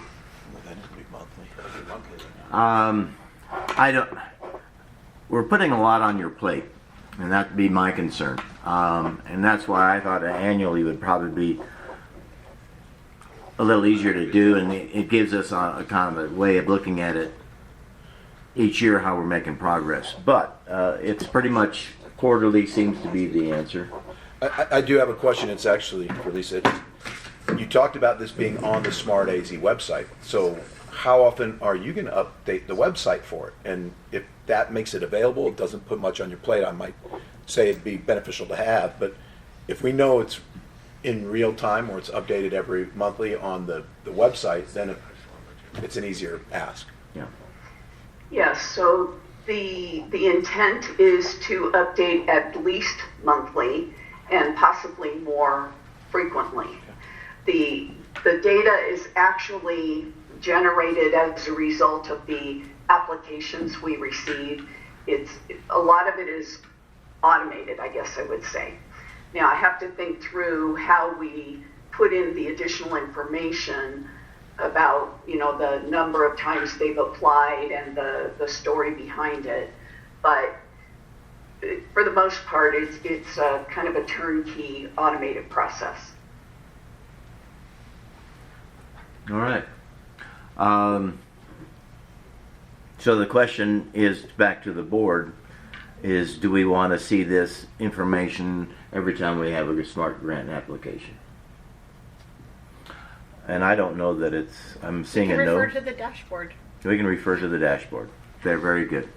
So, Lisa, I think the answer is no. You don't have to worry about it for every smart grant application. Okay, then what we'll do is bring up the dashboard when you deliberate, so that you at least have the information available if you need it. Very good. Thank you, members. All right. And I think that concludes which item we're on. 7. I think that's done with item 7, Mr. Chairman. Yes. All right. Thank you. I hope so. Get back on track. Let's go to the item we've been waiting for all morning. Item 8, Mr. Byers.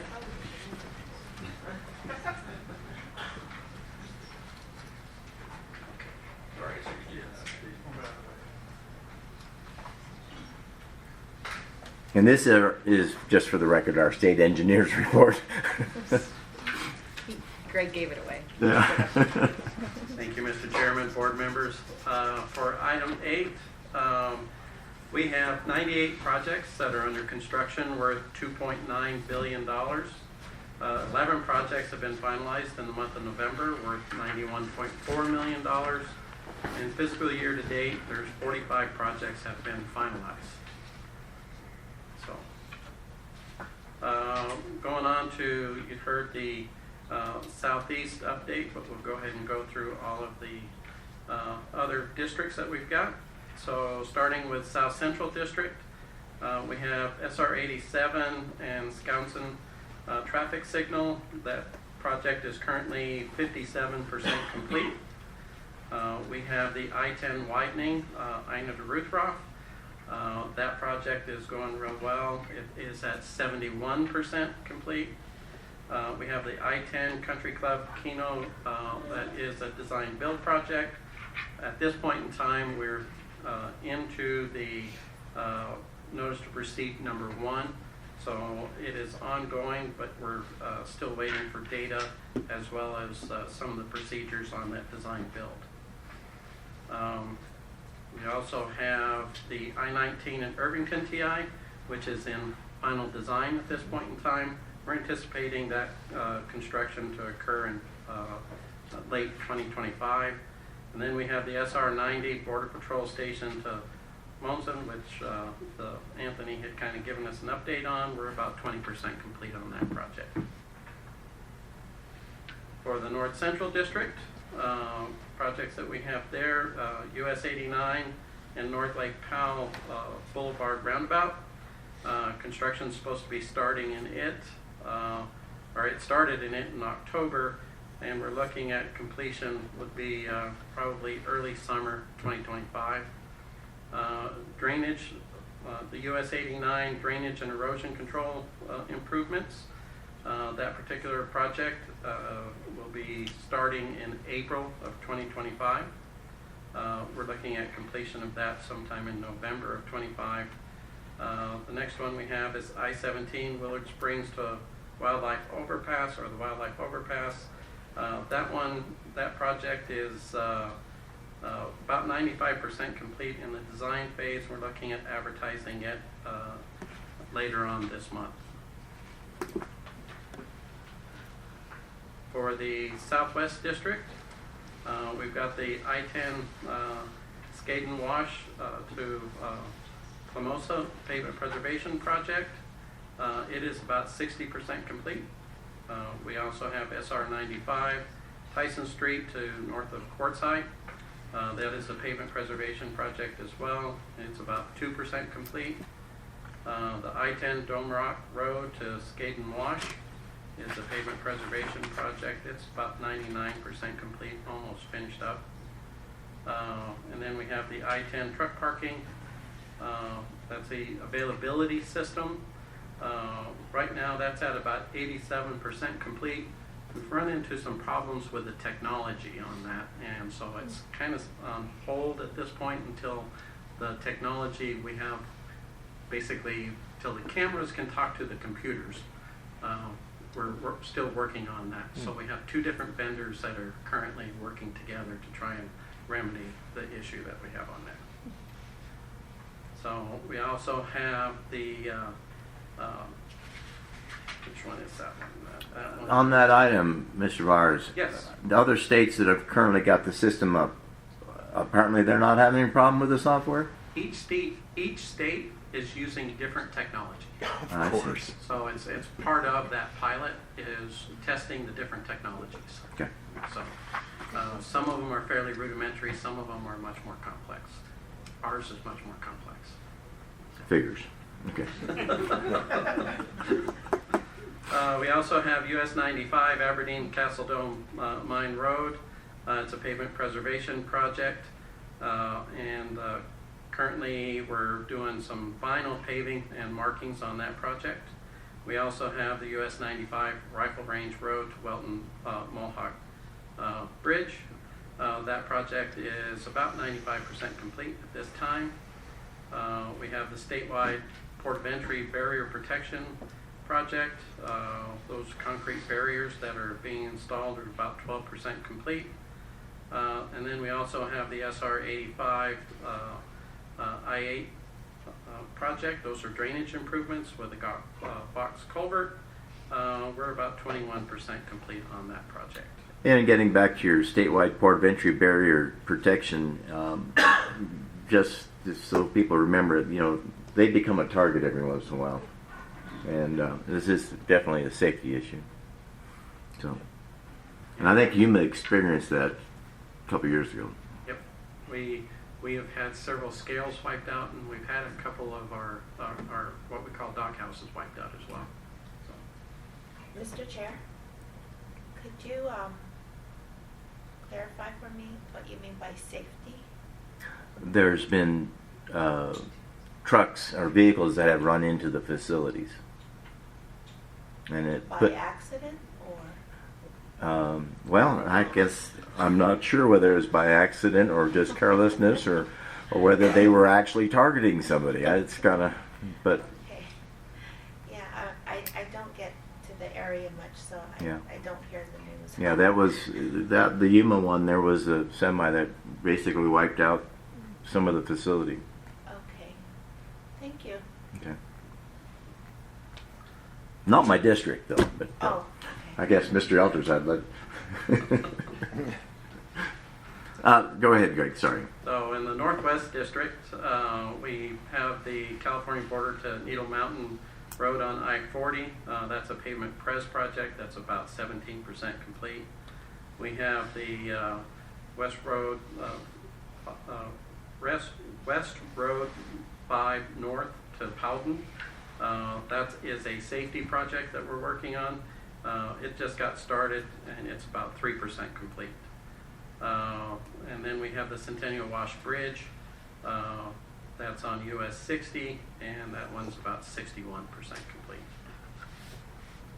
In the Northeast District, we have the I-40 Pinta McCarroll project. That's a pavement preservation project, and it also has the Dead River Bridge included in it. That project's about 70% complete. That's held over for the winter at this point in time. We also have the Crestview to Joy, Nevin, and Holbrook project. That project is about 10% complete. It's a pavement preservation project that also is currently in the winter shutdown. And then we have the SR 77 Taylor to Rodeo Road and Snowflake. That project is about 80% complete. And then in the Central District, we have the I-17 diamond grinding that has been going on. That's currently, the diamond grinding is 100% complete on that project. SR 101, the Pima Freeway, we're rebuilding the ramps on that section of the 101. That is 70% complete. The SR 101 Fria, we're currently working on the bridges for that project. The drilled shafts are currently under construction. SR 303 US 60 TI, we're putting in a third turn lane on that project, and that project at this point in time is about 74% complete. The SR 202, right now we're working on the removals and the drilled shafts for that project. That's at about 16% complete. And then we have the I-10 Gila River Bridge. That project right now is about 31% complete. They're just finishing up the last of the diaphragms and the abutments on that project. Mr. Byers, on that project, I noticed that the new bridge is a little bit higher than the existing bridges. Are we going to have to raise everything up? So it is almost exactly 4 feet higher than the existing bridges.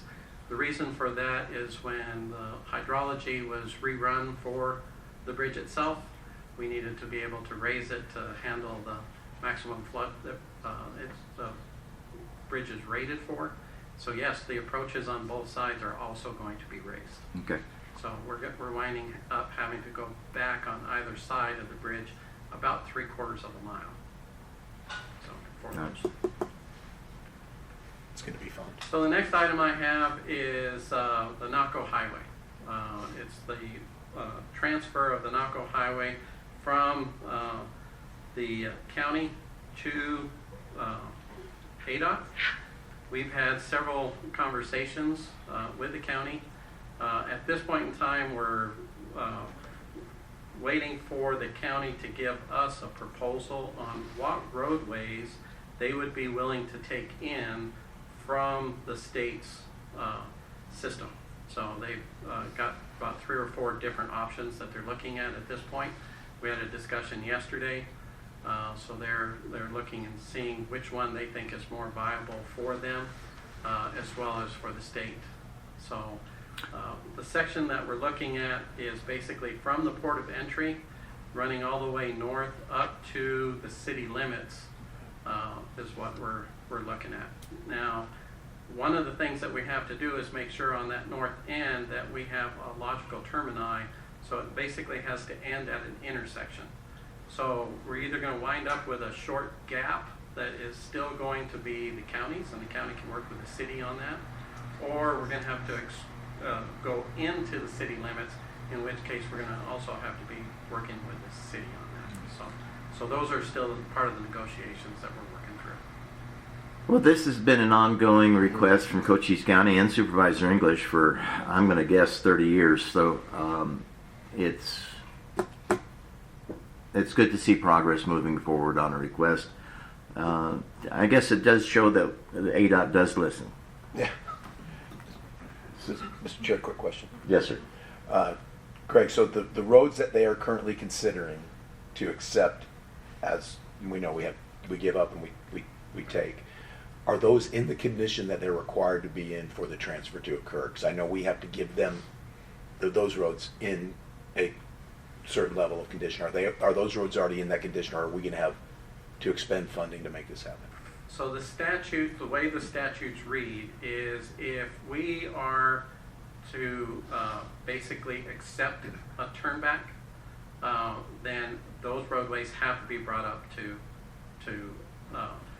a minimum of no major repairs within 5 years. Okay, same versus the other if it's straight across. Now, in this particular case, that's a lot of money for the county to try and put out. Mm-hmm. So what we're looking at is, rather than going that straight route of turnback, we're looking at the trade. So by implementing the trade, we can do 2 things. We can, one, make sure that it's comparable, but the other big thing is make sure that the ownership is right. So in this particular case, we have a county that is going from a national port up into the state and federal system. That's not necessarily the best ownership for that. So what we're looking for is, okay, what roadways do we have that the county can take on that the state currently has ownership that doesn't necessarily match the ownership? So that's what we're looking for. That's the trade. no matter what, it has to be equitable for both parties. So this is a trade, not a transfer, that doesn't fall under the language of the statute. Okay, thank you. That answers the question. Thank you, Mr. Chairman. Okay. And that was what I had for item 8. All right. And before we go to 9, Ms. Pesca, you asked about the port of entries, and it's just not an Arizona issue. I can remember the port of entry in Lordsburg, New Mexico, getting wiped out about 20 years ago as well. Thank you, Mr. Chair, for that clarification. And I don't know why, but when you said safety issues, I wasn't thinking so much as engineering and planning, but I was thinking about immigration. Yeah. And I beg for your No, it your was understanding yeah. on some of my ignorance, because I'm way northern Arizona and I only see immigration news. And so I apologize. I didn't mean to offend anybody with that explanation, but it's something that popped into my mind, and I wanted to explain why I needed that clarification. Okay. Thank you. All right. Greg, item 9, contracts. Great. We have 5 projects that we're bringing forth to the board. Thank you for approving the 2 that were on the consent agenda. To date, we're looking at, as far as construction costs that have come through to the board, we're still in the red at 15.6%. We're getting better, but we're still, that first month really knocked us down. So, but we're looking good and getting better as we're going on. The first project that I have, item 9A, these are variable speed limit system. This is on I-40, Transwestern Road to I-17 TI. On this particular project, we had 3 bidders. The low bid was $4,675,138. The state's estimate was $3,619,437. The difference is $1,055,700, or 29.2% over the engineer's estimate. In looking at the low bid, one of the biggest things that we had was the timeline that they had for much of the work is occurring during monsoon season.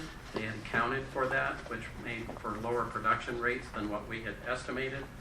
The other items were that we had a much higher cost in some of the components for the speed limits, specifically the transformers and a lot of the fiber optic equipment. But after we took and went through analyzing, after review and analysis of the low bid, the bid was determined to be responsive, and we recommend award to William Charles Construction Company, LLC. Ms. Pesca, this is your district. Would you like to make that motion? Yes, Mr. Chair. I'd like to move to approve the item number 9A for the Transwestern Road. Okay, to William Charles Construction Company. Do I have a motion by Ms. Pesca? Second by Ms. Daniels. Any other questions or comments before I call for the vote? Seeing none. All those in favor say aye. Aye. Ms. Howard? Aye. Okay, any opposed? Hearing none, the item passes unanimously. 9B. So the next item, 9B, is a safety improvement project. This is in Mojave County. We had 1 bidder for this project. The low bid was $5,848,155. The state's estimate was $4,755,454. Difference of $1,092,701, or 23% over the engineer's estimate. One of the biggest things that we saw on this was the one bidder that we had said that there was had a very difficult time trying to get subcontractors for this project. We also saw a much advanced or accelerated cost for both the aggregate base and for concrete for the curb and gutter. Just so everyone's aware on this, this is actually the 4th advertisement of this project. And unfortunately, every time we've advertised it, the differential has grown. So Mojave County has decided to accept the difference on this project. And after review and analysis of the low bid, we see the bid as being a responsive bid, and we recommend award to Technology Construction, Inc. Okay. Mr. Elters, assuming that there's no conflict of interest, would you be interested in making a motion on this? Mr. Chairman, I do not believe there's any conflict of interest. And with the history that Mr. Byer referenced, 4 trips and federal dollars and larger county match than anticipated, before somebody else changes their mind, I would be pleased to make that motion to approve it. So I have a motion from Mr. Elters to award item 9B to Technology Construction as presented. Do I have a second? Second with a question. All right. The second with Mr. Maxwell is with a question. Were all 4 of the previous rejections also single bidders? Or the other 3? Or was there other reasons they were rejected? Unfortunately, Board Member Maxwell, I don't know how many bidders there were on those. Mr. Chairman, Mr. Maxwell, I may be able to shed some light. I don't believe all of them were single bidders, but as you heard 4 times, this started in 21, 22, and 23. We saw an inflationary period like we weren't used to. The cost jumped substantially to where the federal dollars along with the local match were nowhere close enough to covering the cost. So they stepped back and tried to repackage it and then try it again and repeat that process. And eventually, even this time, the only way it's moving forward is there were fortunately some federal transportation dollars that were made available to bridge that gap. Thank you. Thank you, Mr. Chairman. All right. I have a motion. I have a second. I don't think I have any more discussion. All those in favor say aye. Aye. Aye. Ms. Howard? Aye. All right. Any opposed? Hearing none, the motion passes unanimously. 9C. Item 9C is a roadway and pedestrian improvements. This is on Delaware Drive, 16th Avenue to Broadway Avenue. Can we have the screen? The next slide. Oops, let me flip that. There we go. So the low bid is $4,260,000. State's estimate was $5,097,078. A difference of $837,078, or 16.4% under the engineer's estimate. One of the biggest items that we saw on this, after talking to, we had 2 bidders on this project, by the way. Talking to the low bidder was the storm drain pipe itself, along with the excavation for that storm drain pipe, came in much cheaper than what we had estimated, and so therefore everything looked fairly good. After review of an analysis of the low bid, the bid is determined as responsive and responsible, and we recommend award to Blue Core Contracting, Inc. All right. Ms. Daniels. I do want to make one announcement on this. There was a differential in the bid for the DBE on this. However, after looking through that DBE, their DBE response, it was a non-material variance, so it wasn't considered. All right. And you're still being recommendation for award. Correct. All right. Ms. Daniels, I believe this is in your neighborhood. It's close to me, but not in my district. All right. That's what I was wondering, but then. Yeah. Move to approve item 9C is presented. All right. I have a motion by Ms. Daniels. Second? Second by Mr. Elters. Any other discussion or questions? Seeing none, all those in favor say aye. Aye. Aye. Ms. Howard? Aye. All right. Ms. Howard's I guess it's saves us money, actually. All right. Her district's saving us money. Okay. I guess Ms. Howard, I guess I should have allowed you to make that motion on that one. I apologize.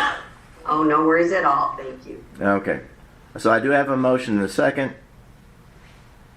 Did we already vote? Mr. Chairman, you're already Okay, thank you. called for the vote. Someone threw me for one. All right. It passed unanimously. All right, so passed unanimously, and that concludes item number 9. Mr. Byers can sit down, and we'll move to item number 10, which is our 2025 board meeting and public hearing dates and locations. Knowing that Ms. Daniels and Mr. Rohrer kind of worked this together, any comments you'd like to make before we go forward? The only comment I'd like to add, and thank you, Floyd, for all of the work that you did to organize these. It's no small task to get a hold of the right person in each of these jurisdictions and ensure they have the technology that we need in order to provide these board meetings virtually and otherwise. Is that there are lots of these locations where I do think it would be helpful as a board if we had sort of a driving map, things to go look at in the immediate jurisdictions surrounding the area that are of particular local interest to that district or to that region. And so I'll be working with Floyd on where those are. I wish, and maybe there are some circumstances where we can all sort of travel together, maybe take a couple hours after the board meeting to go do those things. Well, obviously they have to be calendared that way and we have to organize appropriately, but I do think it's helpful for us to get out and really see the area that the individuals come and speak to us about. And I've really loved the continual responses that Floyd and team have provided once we have public comment. And so I'd like to see that continue as well so that we know we're being as responsive as we can be to the public and to the jurisdictions and areas that we represent. Field trips. So, That's what I'm saying. Mr. Chairman, yes, we can work on that. If you see the community profile that we send you, a lot of times we'll hit the transportation issues that the locals have brought up, but I can see the benefit of having a map or a graphic if people want to look at it. And then if we want to organize some type of tour or something, again, as you said, we just have to pre-plan it. Right. As long as there's snacks. As long as there's snacks. Okay. All right. I'll provide water, bring your own snacks. Okay. Because everybody's got a preference. I'm not buying 7 different types of snacks. Okay, thank you. That was. I don't know where that came from. But anyway. This isn't a school trip. All right. I would entertain a motion. If does anybody have? It's in the agenda. Everybody's reviewed it. If there's no problems with it, I would entertain a motion to approve the calendar as presented. So moved. I have Second. a motion by Ms. Daniels and a second by Mr. Maxwell. If there's no other discussion, all those in favor say aye. Aye. Board Member Howard? Aye. All right, thank you. Any opposed? Hearing none. Item 10, public hearing dates, passes unanimously. All right, item number 11. You can't skip it. Do I have to run this one? You can't skip it. I'll take over if that's okay. I will, okay. Just for this one. All right, Okay. I will turn this over to Ms. Daniels. Thank you. Director, did you have comments as well? I think maybe you were supposed to go first. Sure. Obviously, as has been noted earlier this morning, Chairman Searle's term is ending, although probably will stay on for a little while until we find a replacement. But you've been, as we heard earlier, you've been a long-time leader in Cochise County and definitely have continued to represent this part of the state on the board, and really appreciate that. You've been a strong advocate for I-10 and also US 191, along with our ports of entry, which is greatly appreciated. You understand the value of transportation to our state's economy, and greatly appreciate and value the time that you've been on the board. And with that, we'd like to present you with a few things. If you want, I'll say and then you can present it to him. So the first recognition we have is a certificate of appreciation that is signed by all board members and the director. Again, recognizing the term of your your service on the board and for the service that you've provided. So thank you for that. Thank you for that.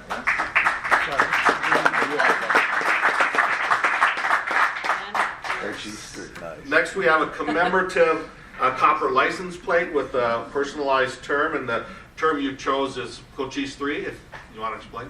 You know, you're all going to get a shot at this, and it's not as easy as you think to come up with a personalized license plate, because I really was going to come up with like Arizona Nuts or something like that, but I didn't think that was really appropriate. But with some thought, Cochise 3, the obvious one is Cochise County is part of District 3 of the Transportation Board. So that's an obvious one. The second one is I did a little math, and I am the third Transportation Board member from Cochise County in the life of the Transportation Board. My predecessors, well, I believe, was Joe Lane in the 1980s and Jim Martin in the early 2000s, and so I'm the third one. So that was kind of neat. And the third one is when I was in the Board of Supervisors, I represented District 3 for Cochise County. So that's where the story for Cochise 3 comes from. And I could digress and give you some more threes, but I think I'll pass. All right. Another gift we have is a ADOT pen and pencil set. Hopefully you'll be able to use it. No conflict of interest on this, I think. No, not whatsoever. You can use them to your heart's content. Okay. Sign anything that you want. At this point, we don't care. Very good. Ms. Daniels will correct it when she takes over. All right. And then, of course, you receive a 3-year subscription. Yeah, the other gift you'll be is a 3-year subscription to Arizona Highways Magazine, which will start. I obviously don't have a magazine for you, but we gave you a calendar. So. All right. Sounds good. Thank you, Matt. Keep your gavel. Keep your gavel, by the way. That is all yours. right. It's been a pleasure. You know that it's Supervisor English left a little earlier, but you know she's the one that recruited me for this position, and she was trying to find an R that she could work with. So I don't know if that's good or bad. But anyhow, it's having been critical of ADOT in my county role several times. It's been eye-opening just how difficult the job is that ADOT does. And you know, everything considered, they're doing an amazing job keeping the roadways open and going in this state. And I will say that it doesn't hurt to be critical because we can't improve if we don't look at ourselves with some criticism every once in a while. But with that said, it's been very educational and eye-opening. So thank you.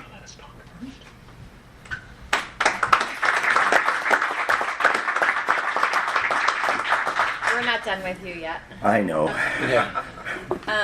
On behalf of the entire board, and Floyd also contributed as well, we have a special gift for you. And you don't have to open it in front of us unless you really want to. But there's something. Does it explode? No, it won't bite, I don't think. Well, I was kind of looking for the car. I think there was a... The car for the license plate? I just wanted to offer my gratitude to you, and I know the rest of the board all would like to say something as well, but I have truly appreciated your guidance and leadership as I've been on this board. You've been on it the entire time I've been on it, and I've looked to you often. I think I've argued with you often Yes, as well. we have. But really with the utmost respect of the position that you hold, your knowledge base, your ability to lead, and also the way that you so passionately represent Arizona. And I've just been very grateful for you. So thank you very much, and thank you. It's been a privilege to serve alongside you.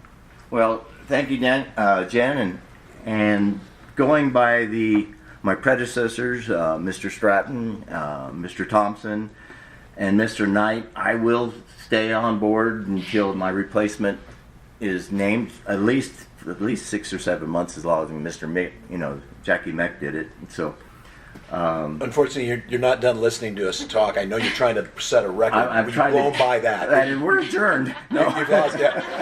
I just personally want to thank you, Richard, because when I came on the board, much like Ms. Daniels, you were kind of aligned with us on the time frame on the board.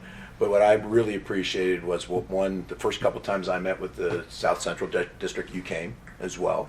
And you were there, and you and Gary Knight were the two that I would say provided me a lot of guidance and insight on the roles and responsibilities of it. And if Supervisor English was looking for an R she could work with, she found one. But there's no doubt that over the years, you, as much as anybody, has represented the concerns of rural Arizona through the eyes of somebody who valued the state as a whole. So that's not always easy to do, especially when I know we're in appointed positions, but sometimes people lose the perspective of the big picture and what's close to their heart, to their soul, and you've kept that along the whole time you've been here. I appreciate that. Thank you, Mr. Max. Mr. Chairman, I also would like an opportunity to tell you that I have the unique position of serving with you twice. The first time I was representing District 1, urban Arizona, and now that I represent rural Arizona 4 years later. I've always appreciated and valued your wisdom that you brought, even when we represented different parts of the state, and appreciated your sense of humor. I would say now that wisdom has even increased and become really even more valuable, and your sense of humor perhaps has gotten a little goofier, but it's still there. So it's been a pleasure, and we'll look forward to serving more with you until that time when the governor appoints somebody else. All right, and I still oppose that box culvert at Fort Thomas. So. We should name it after him. So anyhow, all right. Do you want to say anything, board member Foster? And then Jenny. I was thinking about Jenny first, but I can say thank you for. We haven't packed a whole lot of getting to know each other in the last 3 months that I've been on, but I just want to say. That's because I gave you a 3-minute time limit. But I just want to say thank you. Hearing everybody speak about your public service and your work, I think you're excellent role model for all of us coming on board, and you live in a beautiful part of the state, and I'm very glad that everybody appreciates you, and so thank you. I'm just sorry I didn't get to know you more. You seem like a great guy, and I hope you enjoy your retirement, and I expect you'll be lying on some beach getting a tan. I don't know that I'm going to be that fortunate. Thank you, Mr. Chair. All right. Board Member Howard. Miss Howard, if you've got if you can leave anytime you want to. Well, with respect to Chairman Searle's ability to keep meetings moving along, I do want to echo everyone else's comments. It's been such an honor to serve with you, Richard, and serve alongside you as your rural neighbor. And I think we watch over each other a little bit. And I truly appreciate all of your guidance and expertise the past couple of years that I've served with you. And unfortunately, I can't be there today. There's been some unexpected challenges for me that has kept me away today, so I apologize for that. I really wanted to be there. So Richard, congratulations. It's been an honor, and we'll see you next month. All right, sounds good. There's a bridge I want to talk to you about. Okay. All right, sounds good. Well, guys, thank you very much. I appreciate it. Like I say, it's been an education, and everybody says this that's in this position, but it's amazing how fast time goes by. Oh, amen. And but all that said, we've gotten a lot done. I think looking back at the things we were looking at in our agendas 5 years ago, and seeing how much of it's in progress. Mayor Smith needs to be you know, she's going to see something happen on 347. You know, it's just a matter of time. And we're seeing the connector port at Douglas moving forward. Naco Highway, we've made some progress, and so with that, I thank you very much. And I'm not going to take any suggestions for the next meeting. Do you mind just one? No. I'll be really fast. And my only comment, I just wanted to. It's going to be your meeting in a month. We don't know that yet. That has not been unanimously decided. But I just wanted to introduce my oldest son came with me today. He doesn't often. He's just returned home recently from a 2-year service mission in Mexico City, and so grateful that he's back. And there's very few 21-year-olds that are willing to come to a state transportation board with their mom, and so I appreciate. So you want to embarrass him? Yeah, a little bit. It's not the first time. It's a frequent thing. Okay. Used to it by now. Thank Good. you. Sorry for the indulgence. Yeah. But I was grateful that he came today. Good job, Jen. You know. So with that, I am going to adjourn this meeting. Merry Christmas and Happy New Year to all of you, and we'll see you next year. So thank you.